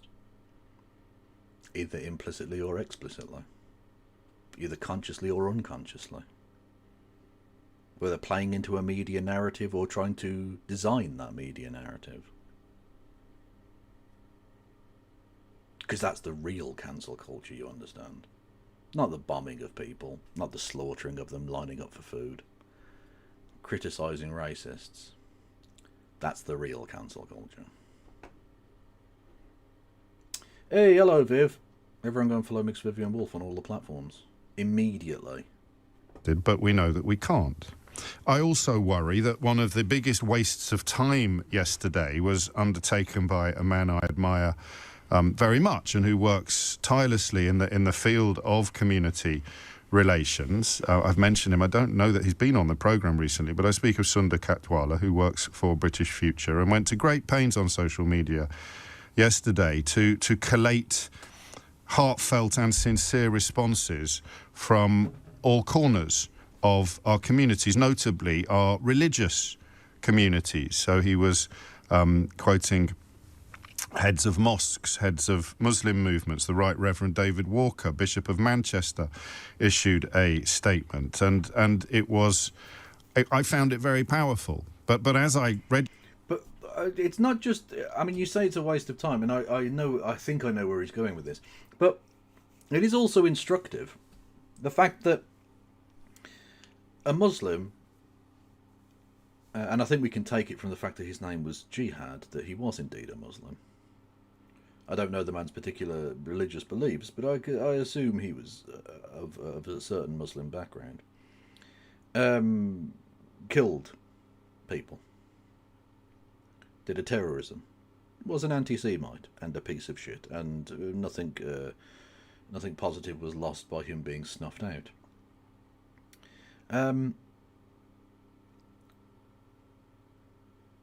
And we ask, and I say we in a quotation marks, I don't ask anyone for this, but society asks that, like, mosques come out and say, we didn't do, you know, we got nothing to do with this, we disavow. Which, like, of course they disavow. Like, what the fuck? I assume everyone disavows unless they tell me otherwise, because I assume you're not a psychopath. I assume you're not in favour of random slaughter. Because if I weren't to assume that about my fellow creature that surrounds me, I'd go fucking mad with, like, paranoia. I have to assume that the people around me, generally speaking, are not in favour of absolute brutality and butchery in the streets. So why the fuck would you ask this of these people when they clearly had nothing to do with this? And just imagine it flipped for a second. Let's say, you know, Israel wants to connect itself to all Jewish people around the world, right? It considers itself some sort of representation of all Jewish people. I don't accept that, but that's the way they want to present themselves. So what about if we were to say, look at the slaughter of innocent Palestinians and say, why haven't mosques come out and condemn? Why haven't synagogues come out and condemn this? Why haven't synagogues come out and said that they're against this? This is a disgrace. These acts of terrorism do not represent us. Well, because I don't accept that the people who are Jewish have any fault for the actions of the State of Israel. At least not in totality. There are, of course, Jewish people in the IDF, etc. Benjamin Netanyahu was a Jewish man for whom that is certainly the case. But what about other Zionist groups? Like fucking the Board of Deputies of British Jews? Who are explicitly just a pro-Israel pressure group. They don't give a fuck about British Jews in the slightest. Why don't they come out and condemn these things? No one would ever ask them to do that. Why is it okay to shit on Muslims in this way and never Jewish people? Or, like, when a Christian nutter goes crazy, we don't ask that churches come out and condemn this. We don't demand, where are the moderate Christians? Do we have a Christian extremism problem? Well, actually, some people do ask that question, and that's fair. But, like, it's not the dominant media narrative, is it? One rule for one, one for another. It's fucking evil.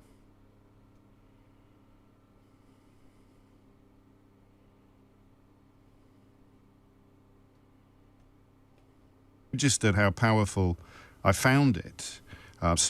Mosque's statements of solidarity. As I registered how powerful I found it, I acknowledged and I knew, and I don't go on Twitter anymore, never more so than a day like yesterday, that in other corners of British public discourse in this country, I know that many people will be trying to use this horror, use these two deaths to their own political ends. They just will. And not just in this country. Attempts to blame it on Keir Starmer whose children, if his wife is Jewish, I presume his children are Jewish. But attempts to blame it on Keir Starmer seem to me extraordinary. So his main concern with the politicisation of this is don't criticise Daddy Keir.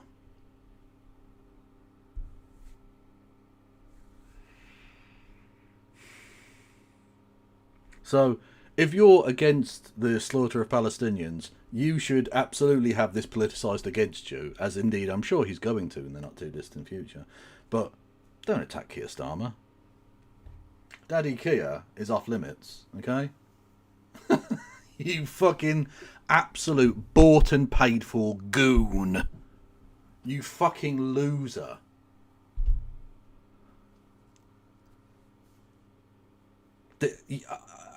How pathetic do you have to be? How badly do you have to be like a stooge for a political party that this is your big interest here? You're disgusted that anyone would blame the Prime Minister for a thing that happened in Britain where he is the Prime Minister. Like, he's not directly to blame for this because, of course, the person who did it is directly to blame. But he is the Prime Minister. Ultimately, whatever systems are in place to try and stop these things from happening didn't work. He needs to be held accountable for that. Now, it could be that he's totally fucking innocent. But people questioning that are perfectly legitimate. What isn't legitimate is people, Zionist freaks out there like, oh, it's because they recognised Palestine. That's what made the terrorism do the terrorism. Because that's just Zionists using anything. Literally fucking using the corpses that are not even yet cold and politically humping them for all they can get out of it. Because Zionists are scum. Absolute soulless ghoul scum.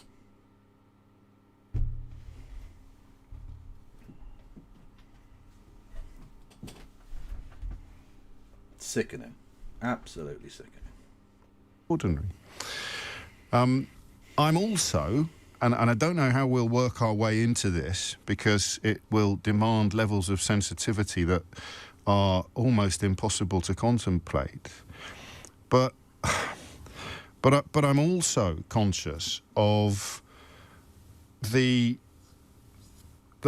status of the modern state of Israel. So we're nudging towards this difficulty, aren't we, in separating criticism or support of a state and criticism or support of a people. But just pause that thought for a moment, because I want to say something that's quite important. I wonder if there's a political grouping that you refuse to name specifically that have deliberately drawn that link and parallel, James, at all.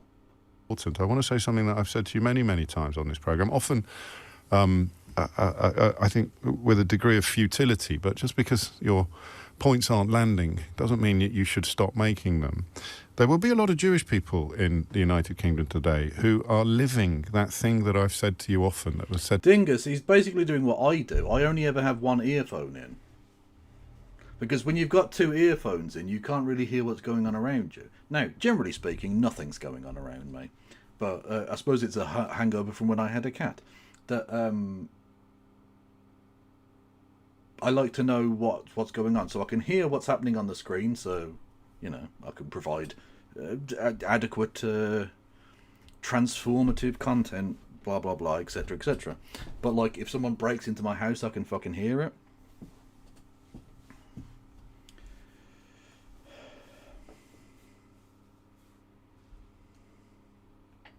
To me by a Holocaust survivor many years ago, it's where we go when it happens again.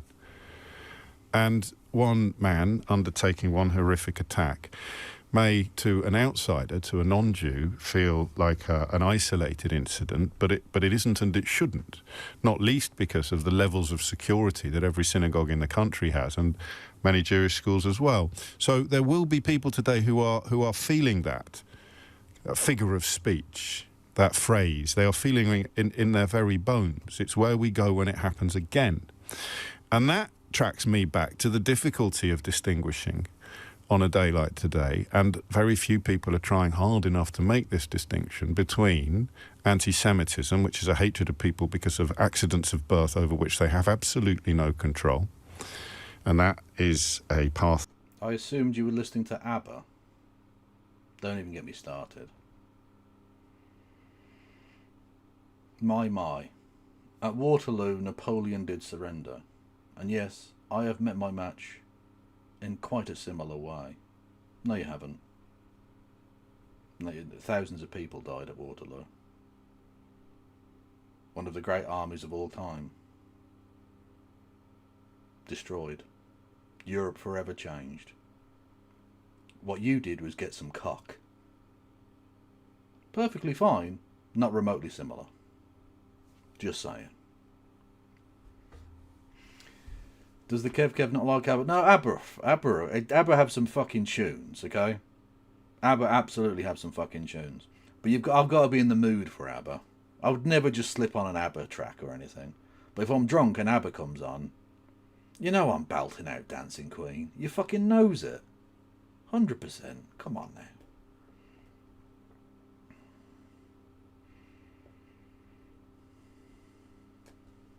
That leads you to potentially, probably undertake events like the ones we saw yesterday, or perfectly reasonable criticism of... And now I will associate Waterloo with getting... Well, that's what it is.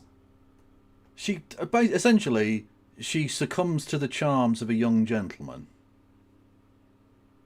So she gets laid, right? Okay. Like, it's fine, but don't dress that up as, you know... it's just like that hideous war where a generation of young men got fucking slaughtered.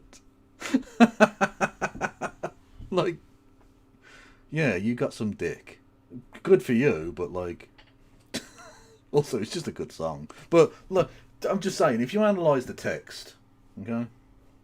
It's fucking weird.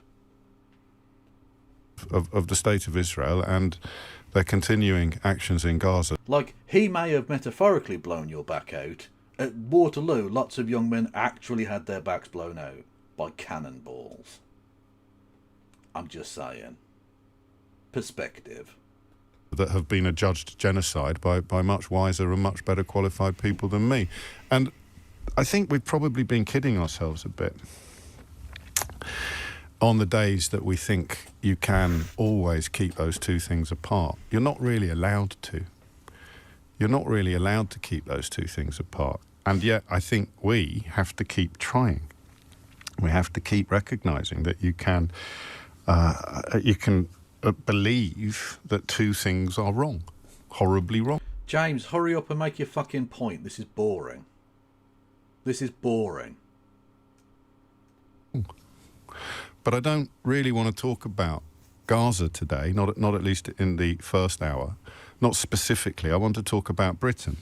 I want to talk about London. And I want to talk about calls from the Home Secretary, Shabana Mahmood, who is fast looking like the best chance this government have got of wrestling some credibility from the ashes of inaction and incompetence that seem to have typified much of Keir Starmer's premiership.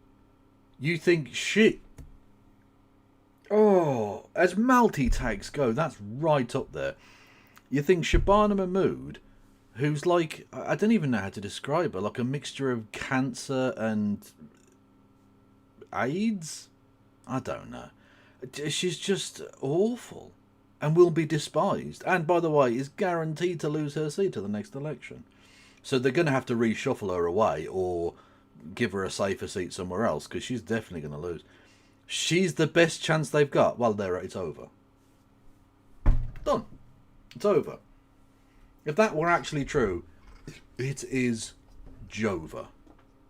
It's never been more Shabova than it currently is. Diet Priti Patel. True. True. Some of it not his fault, some of it categorically his fault. But she has called for a planned protest in support of Palestine Action, a prescribed terror group. We've talked a lot about... Who you can't say you support them. You can't say you support Palestine Action. Okay? You cannot say, I support Palestine Action. It is illegal. I'm just giving you this heads up, this public service announcement. You can't say, I support Palestine Action, because it is terrorism. And you will go to jail forever. Okay? Thank you for your attention to this matter. Why I think, and many of you think, it was a mistake to prescribe Palestine Action as a terror group. In fact, if we're... Thank you, Gennaro. Thank you, Bubba. He says, you Mozza was an Amster, and your... Oh, okay, this is supposed to be in a French accent. Your mother was an Amster, and your father smells of elderberries.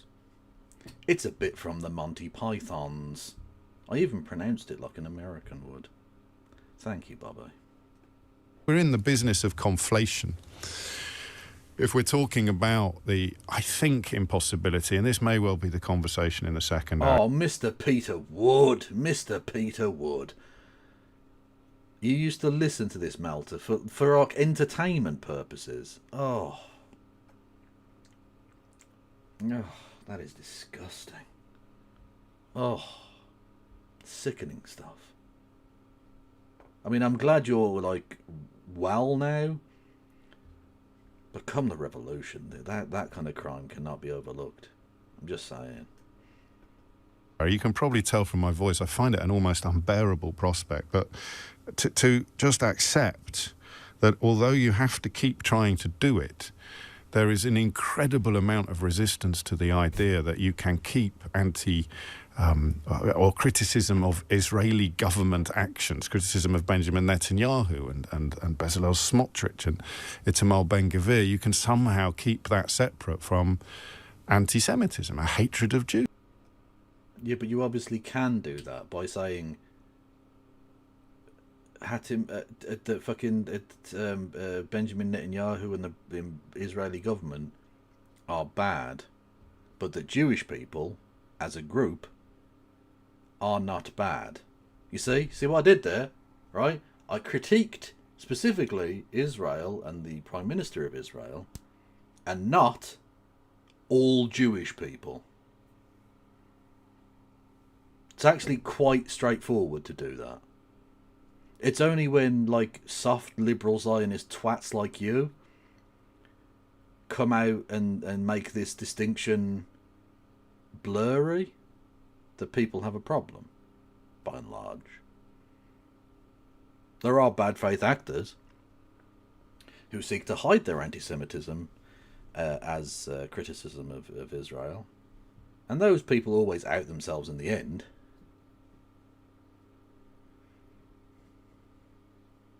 It's not that difficult to find them in the end.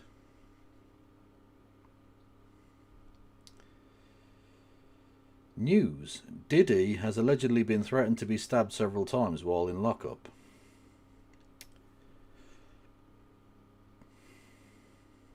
Okay. For legal reasons, I hope that doesn't happen. And the effort and energy that goes into creating an environment in which you're not allowed to make that distinction is extraordinary from both sides. Again, I've used that phrase. Do you know, I almost tried at 3 minutes past. Hang on, what do you mean from both sides? Who are the pro-Palestinian people who are making it impossible for you to criticise Israel without being anti-Semitic? Please, James, you have the floor. Do tell us. Do enlighten us. The only people making a distinction, or making the connection between Israel and all Jewish people is explicitly Zionists who want to conflate those two things.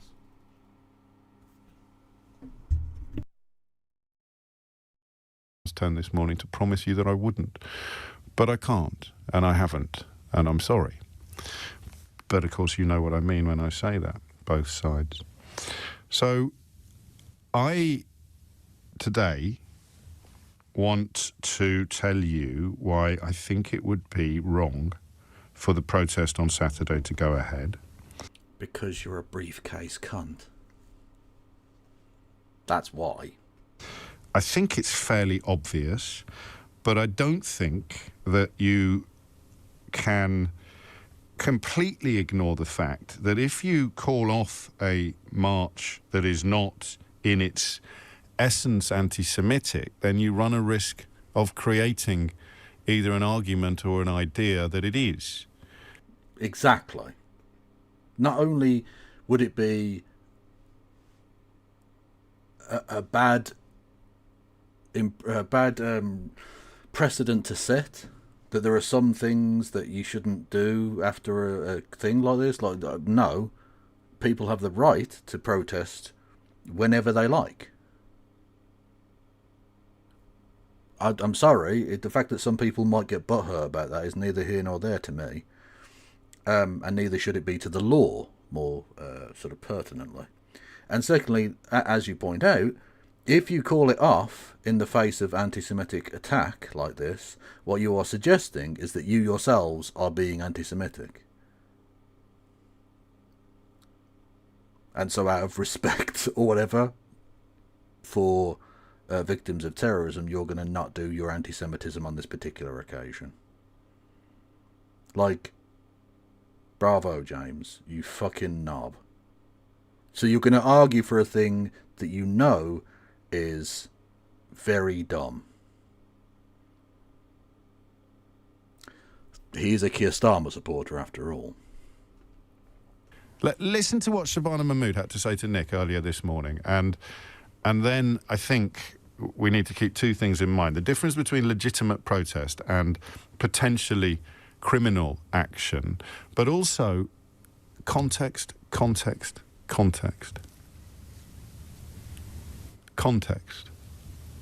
And the context is that you don't do it tomorrow. That's all. Why? You've still yet to explain to me why that's the case. Okay, the context is you don't do it tomorrow. Why? Please, you have to give me that. So far, you've stated your wish and not given me any reason to comply with that wish. I'm open to suggestions. You don't do it tomorrow. And that will be the position I expand upon. Please do expand upon it, because so far you've given me a specific reason why I should do it, and literally not a single reason why I shouldn't. You've given me a very good reason to protest tomorrow, to show that I'm not anti-Semitic, or to not inadvertently smear myself as an anti-Semite, albeit an anti-Semite who respects Jewish people enough to not protest anti-Semitically after an anti-Semitic attack, which is not something that anti-Semites generally tend to care about. But whatever. After this, where Nick Ferrari asked Shabana Mahmood how the police would distinguish between legitimate protest and potentially criminal action. Well, it's very simple. If they're pro-Israel, it's fine, and if they're pro-Palestine, they get locked up. And specifically, whether or not tomorrow's pro-Palestine action rally should go ahead. Well, I'm very clear to the police, to our prosecution authorities and to the wider criminal justice system that anybody who breaks the laws of our land, including inciting hatred or calling for the killing of anyone in our community and especially in our Jewish community, they must face the full force of the law. What I would say to people who are concerned is, even if we look at the protest that took place last night, which I don't think should have gone ahead, but the police did have a strong presence at those protests. And they made. Why shouldn't they have gone ahead? Can any of these fucking wankers tell me why they shouldn't have gone ahead? Why? Like, you can argue that you don't think it's in good taste, but then I can just say I don't give a fuck about your particular taste. Why is there a specific political reason outside of your own personal social mores? Why is there a political reason, or indeed a legal reason, why this shouldn't have happened? Because interestingly, people holding pro-Israel banners have not been criticised for politicising this event. That kind of political demonstration is apparently fine. Why is that? Is that not also disrespectful?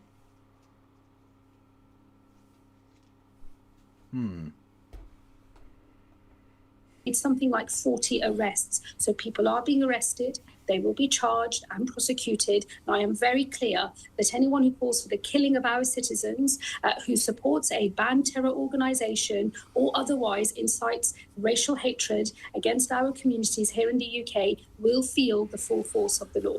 Home Secretary, I know you and all senior police officers want to allow legitimate protest. It's what this country is built on. How are you and how are they going... This country is not built...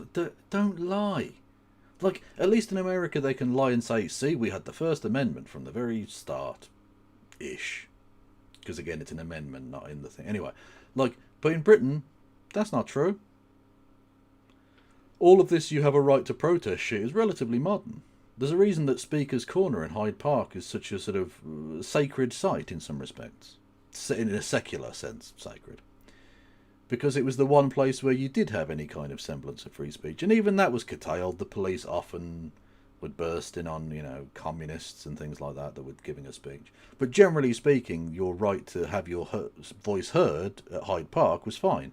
But if you lived outside of London especially, or couldn't travel to Hyde Park, you didn't have any fucking rights. The Peterloo massacre happened, you understand? This is nonsense. This country was not built on any such fucking thing. It's like... It's amazing to me, like, the stupidity of American sovereign citizens is funny. But at least is grounded in something. Something, the individual is sovereign, blah, blah, blah. In Britain, there's no such thing. It's never, ever, ever been the case that the fucking individual was sovereign. We literally have a sovereign. The Queen/King person. You are but a mere subject. So the fact that you have sovereign citizens in a country where you're legally speaking a subject is spectacular. Honestly, British sovereign citizens, we need to look into them a little bit more, I think.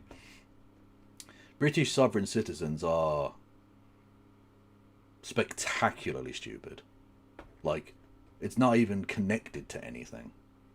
You can't pretend that Britain is like a nation of freedom and liberty, because that's not true. We are a feudal system in a democratic trench coat. True. to determine what is legitimate protest and what is potential criminal action? What will your message be to both the police officers and the people who want to come on these demos? Well, look, we have laws that protect the right to protest in this country. I'm working very closely with the police here in Manchester, but also across... You have tried to undermine those, but yes, okay. Across the country to make sure that the resourcing is in place and that they are able to police these protests to make sure that that line between that which is lawful and legitimate and that which is illegal is held, and that those who break the law are held to account. What I would say to people who are thinking about going on a protest today or over the weekend is to just take a step back. And just imagine how you would feel if it was your father that had been murdered. If my dad had just been murdered, I wouldn't give a fuck about someone doing a protest. I'd be more concerned with the fact that I've just had my dad murdered. Why would I give a fuck about someone else protesting? What? I mean, I have reflected on that, and you're talking shit. What the fuck? Why would I care? Yeah, exactly, especially if he was murdered by the police. If he was murdered by the police, I might be tempted to join a protest of my own. Or to start a protest of my own about the fact that my father just got done murdered by a police officer. Or, technically killed. I don't know you could ever get a murder charge. But yeah, definitely killed by a police officer. Seeking justice on his behalf. Yeah. And indeed, Miss High, a very good shout out. Yeah, Hannah Reloaded. on Twitch. She's very good in terms of citizen-related content, if that's your jam. She also does all kind of other stuff to do with, like, conspiracy theorists and stuff. She's very good. Your community had come under attack. Just because we have freedoms in this country doesn't mean to say we have to use them at every moment. Sometimes an act of kindness to allow people the chance to process what has happened and to grieve, I think that is in line with our British values. We should show some love and some solidarity to people who are suffering. The causes of these protests, the things that people want to protest. Moonica has a video on it. I'll have to check that out. Thank you, Phantom. Kev, do you think it would be accurate to say British governance has a paternalistic streak that isn't present in the US in the same way? It goes beyond paternalism. It goes far beyond paternalism into just nakedly, well, not even authoritarian, although it essentially becomes authoritarian. But it's, again, it's the sort of thing that I focused on yesterday in my video about, yesterday in the stream, which I then cut up into a video on my YouTube, which you should go and follow. Go and check that out. About the power structure wanting to protect itself above anything else. That's what Britain has always done. Now, to be fair, that's sort of true in America in a number of ways. But I think there were some noble intent in terms of America as an experiment. Like, I think I mentioned this when we listened to Keir Starmer. The idea of the project of Britain isn't a thing. The human experiment of America is a thing. It's kind of a silly thing at this point, really. We've moved on significantly since that point. But the idea that Britain is like some noble experiment, a shining beacon on the hill, liberty and freedom and blah, it's bollocks. It's utter yank rubbish. It doesn't apply here in the slightest. We literally have a fucking king. We have a king who is the head of a fucking church, which we all have to, whether you like it or not, pay a tithe to. Our taxes go to funding a state religion led by a king. It's nakedly ancient, fucking archaic, what's the word I'm looking for? Antediluvian. Yeah, that's right, motherfuckers. Bullshit.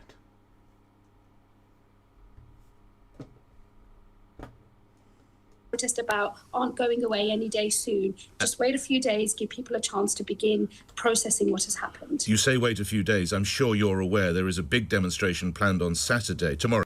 All I'll say to the Home Secretary, and I'll go to Sincerity Cam, because this is absolutely sincere, 100% follow.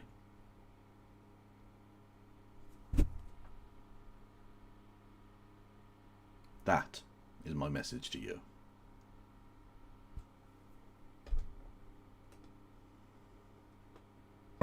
In Trafalgar Square by Defend Our Juries, which there has been a pro-Palestinian element. The police, I understand, would like to see that postponed. Would you support that?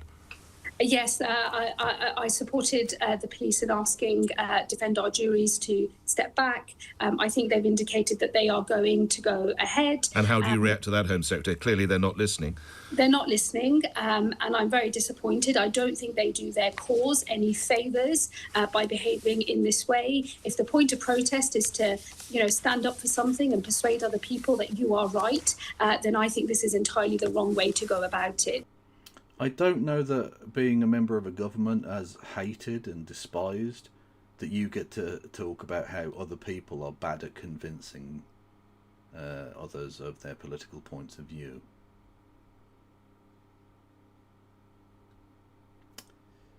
Any other freaks would be 20 points ahead right now.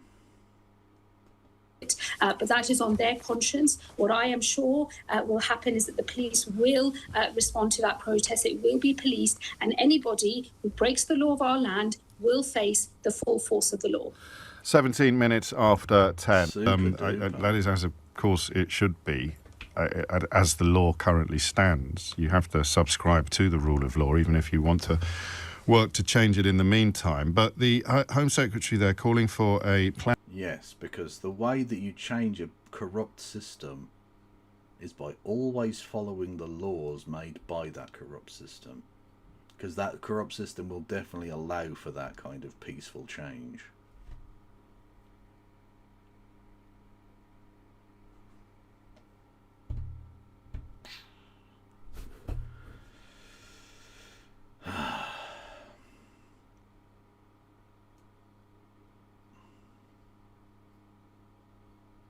What the fuck, Kev?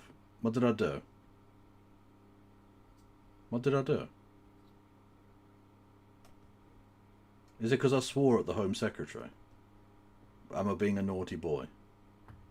I am being a naughty boy, to be fair.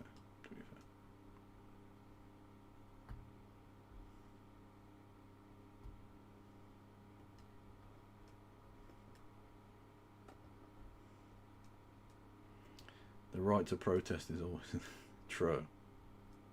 Yeah, basically, like, obviously, I would never, ever consider get Friendly Geordies on Lovely. I'd love to have Friendly Geordies on. I think they're probably a little bit out of my reach, in all honesty. But yeah. What was I going to say? Yeah, like I would never ask anyone to break the law or advise anyone to do the same, because that would be illegal and bad and silly and wrong, obviously. However, historically speaking, many of the great social changes and movements of bygone eras have achieved what they achieved because they didn't necessarily always follow the law. On the same day that the then Home Secretary, Mrs. Ed Balls, Yvette Cooper, said, and I do that deliberately, by the way, I'm not actually a misogynist, I do it because, fuck it, if he gets to interview her as if they're not married, I'm going to point out that they are married every single fucking time. Anyway, the point being, when she was Home Secretary, so not that long ago, and they prescribed Palestine Action, who again, you can't say I support Palestine Action, it is illegal, terrorism, 14 years, etc. On the same day that she said that it was wrong and you can't use illegal actions and blah blah blah to achieve your goals, she had her picture taken dressed in the sash of the suffragettes to celebrate women's suffrage. It was some anniversary or another. A group who sent bombs in the post, threw themselves under the king's horse, killing both the horse and themselves.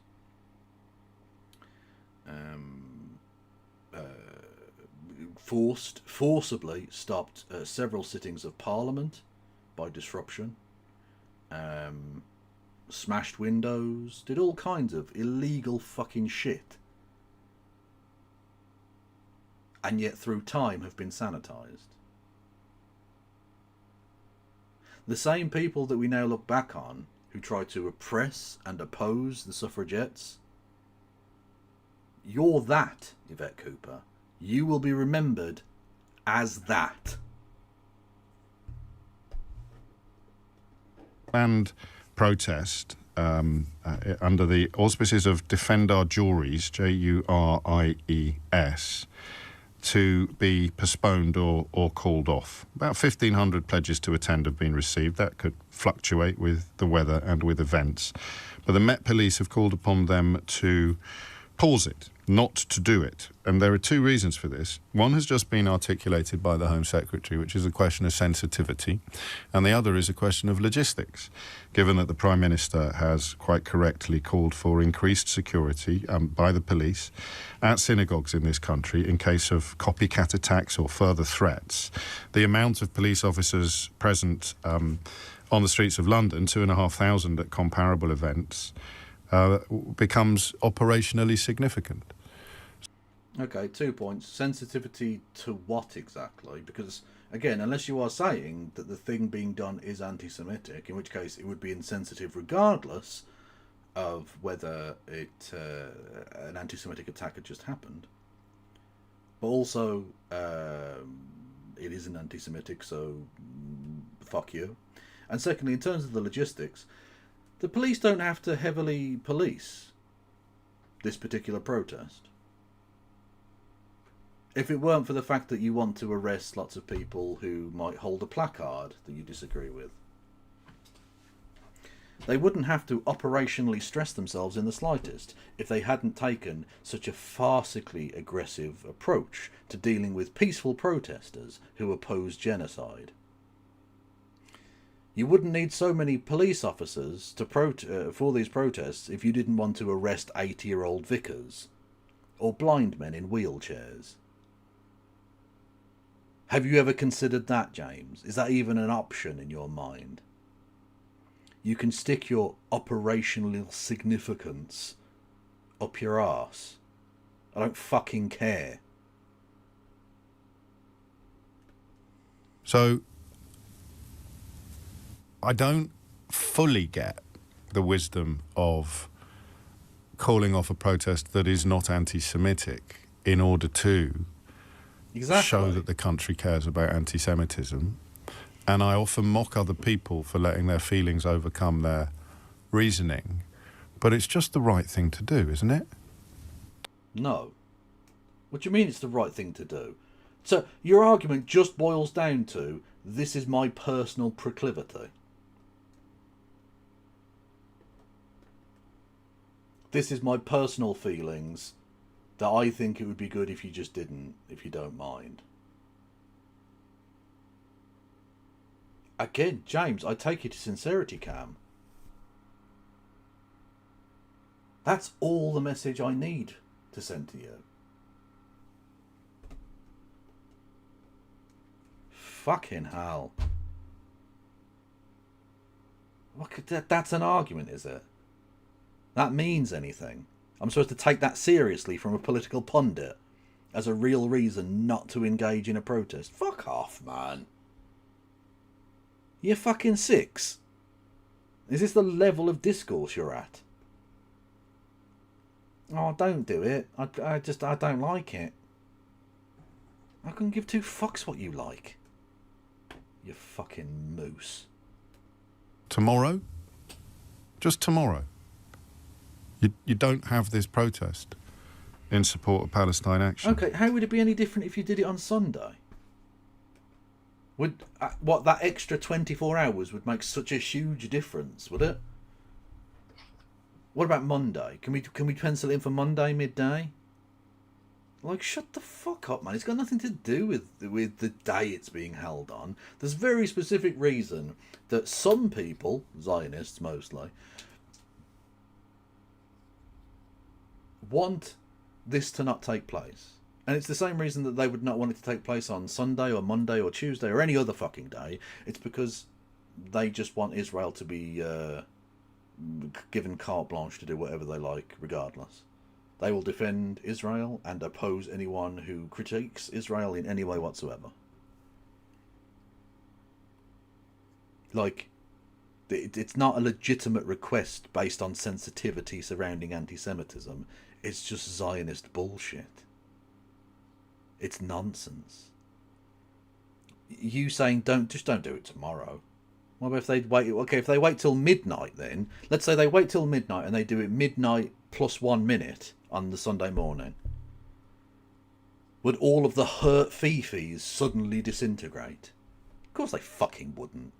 Don't be stupid.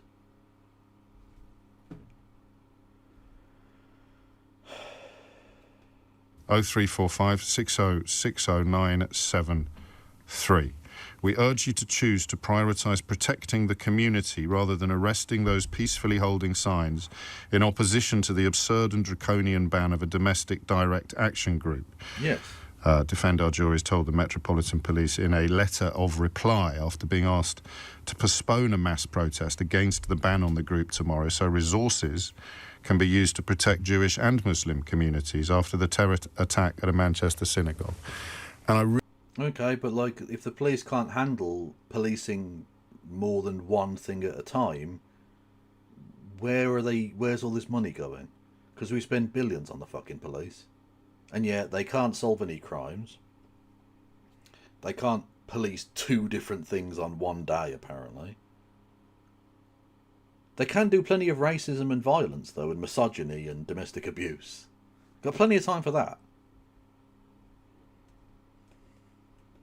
Really want to know what you think. I really want... I think you can go fuck yourself, James. Honestly. That's all I have to say. I think I'm done for the evening. James O'Brien, Maltoid Supreme. Absolute fucking freak.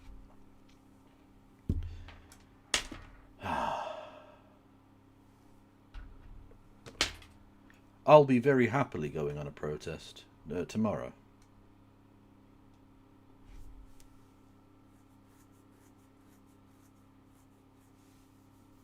Then I'll be coming back and probably doing a sports stream in the afternoon on my sports channels on both the Twitch and the YouTubes. Go and check those out. And then doing a politics thing in the evening, I imagine.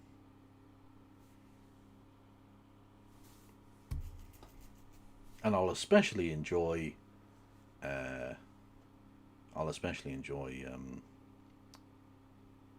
knowing that it annoys James O'Brien that it's specifically happening on the Saturday. I hadn't even considered. Yeah, literally communist. Thank you. I don't see the police calling for any football games to be called after 3 results. Exactly. Literally. Yeah. Because you remember during COVID. No, not during COVID. During the riots, wasn't it? In order to free up fucking police time, they basically went, you can't have the cricket. The football's off. We don't have the police for it, so it's just not happening this weekend. And everyone went, alright, whatever. Yeah, that probably makes practical sense, I imagine. But no. Chelsea are playing, or whoever. Fulham, they've got to have 1,000 police there. Of course. But you can't protest. Like, fuck off, man. Yeah. They're just ridiculous, aren't they? Ugh. Anyway. Let's see who we've got on the Twitches. On YouTube first. Who is live that I can send everybody into?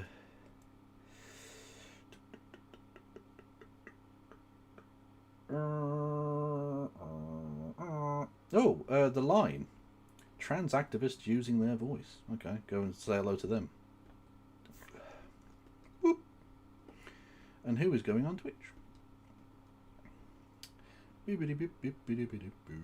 Lux Progressive. We haven't been over there in a little while. Go and say hello to Lux, who is Good Eggs. Love you, Kev. What the actual fuck is going on for the World Cup? The World Cup should be interesting.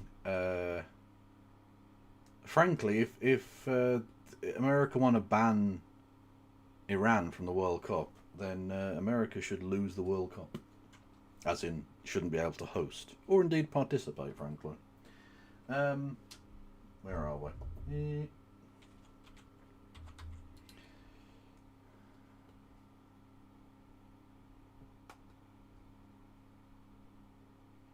Yes.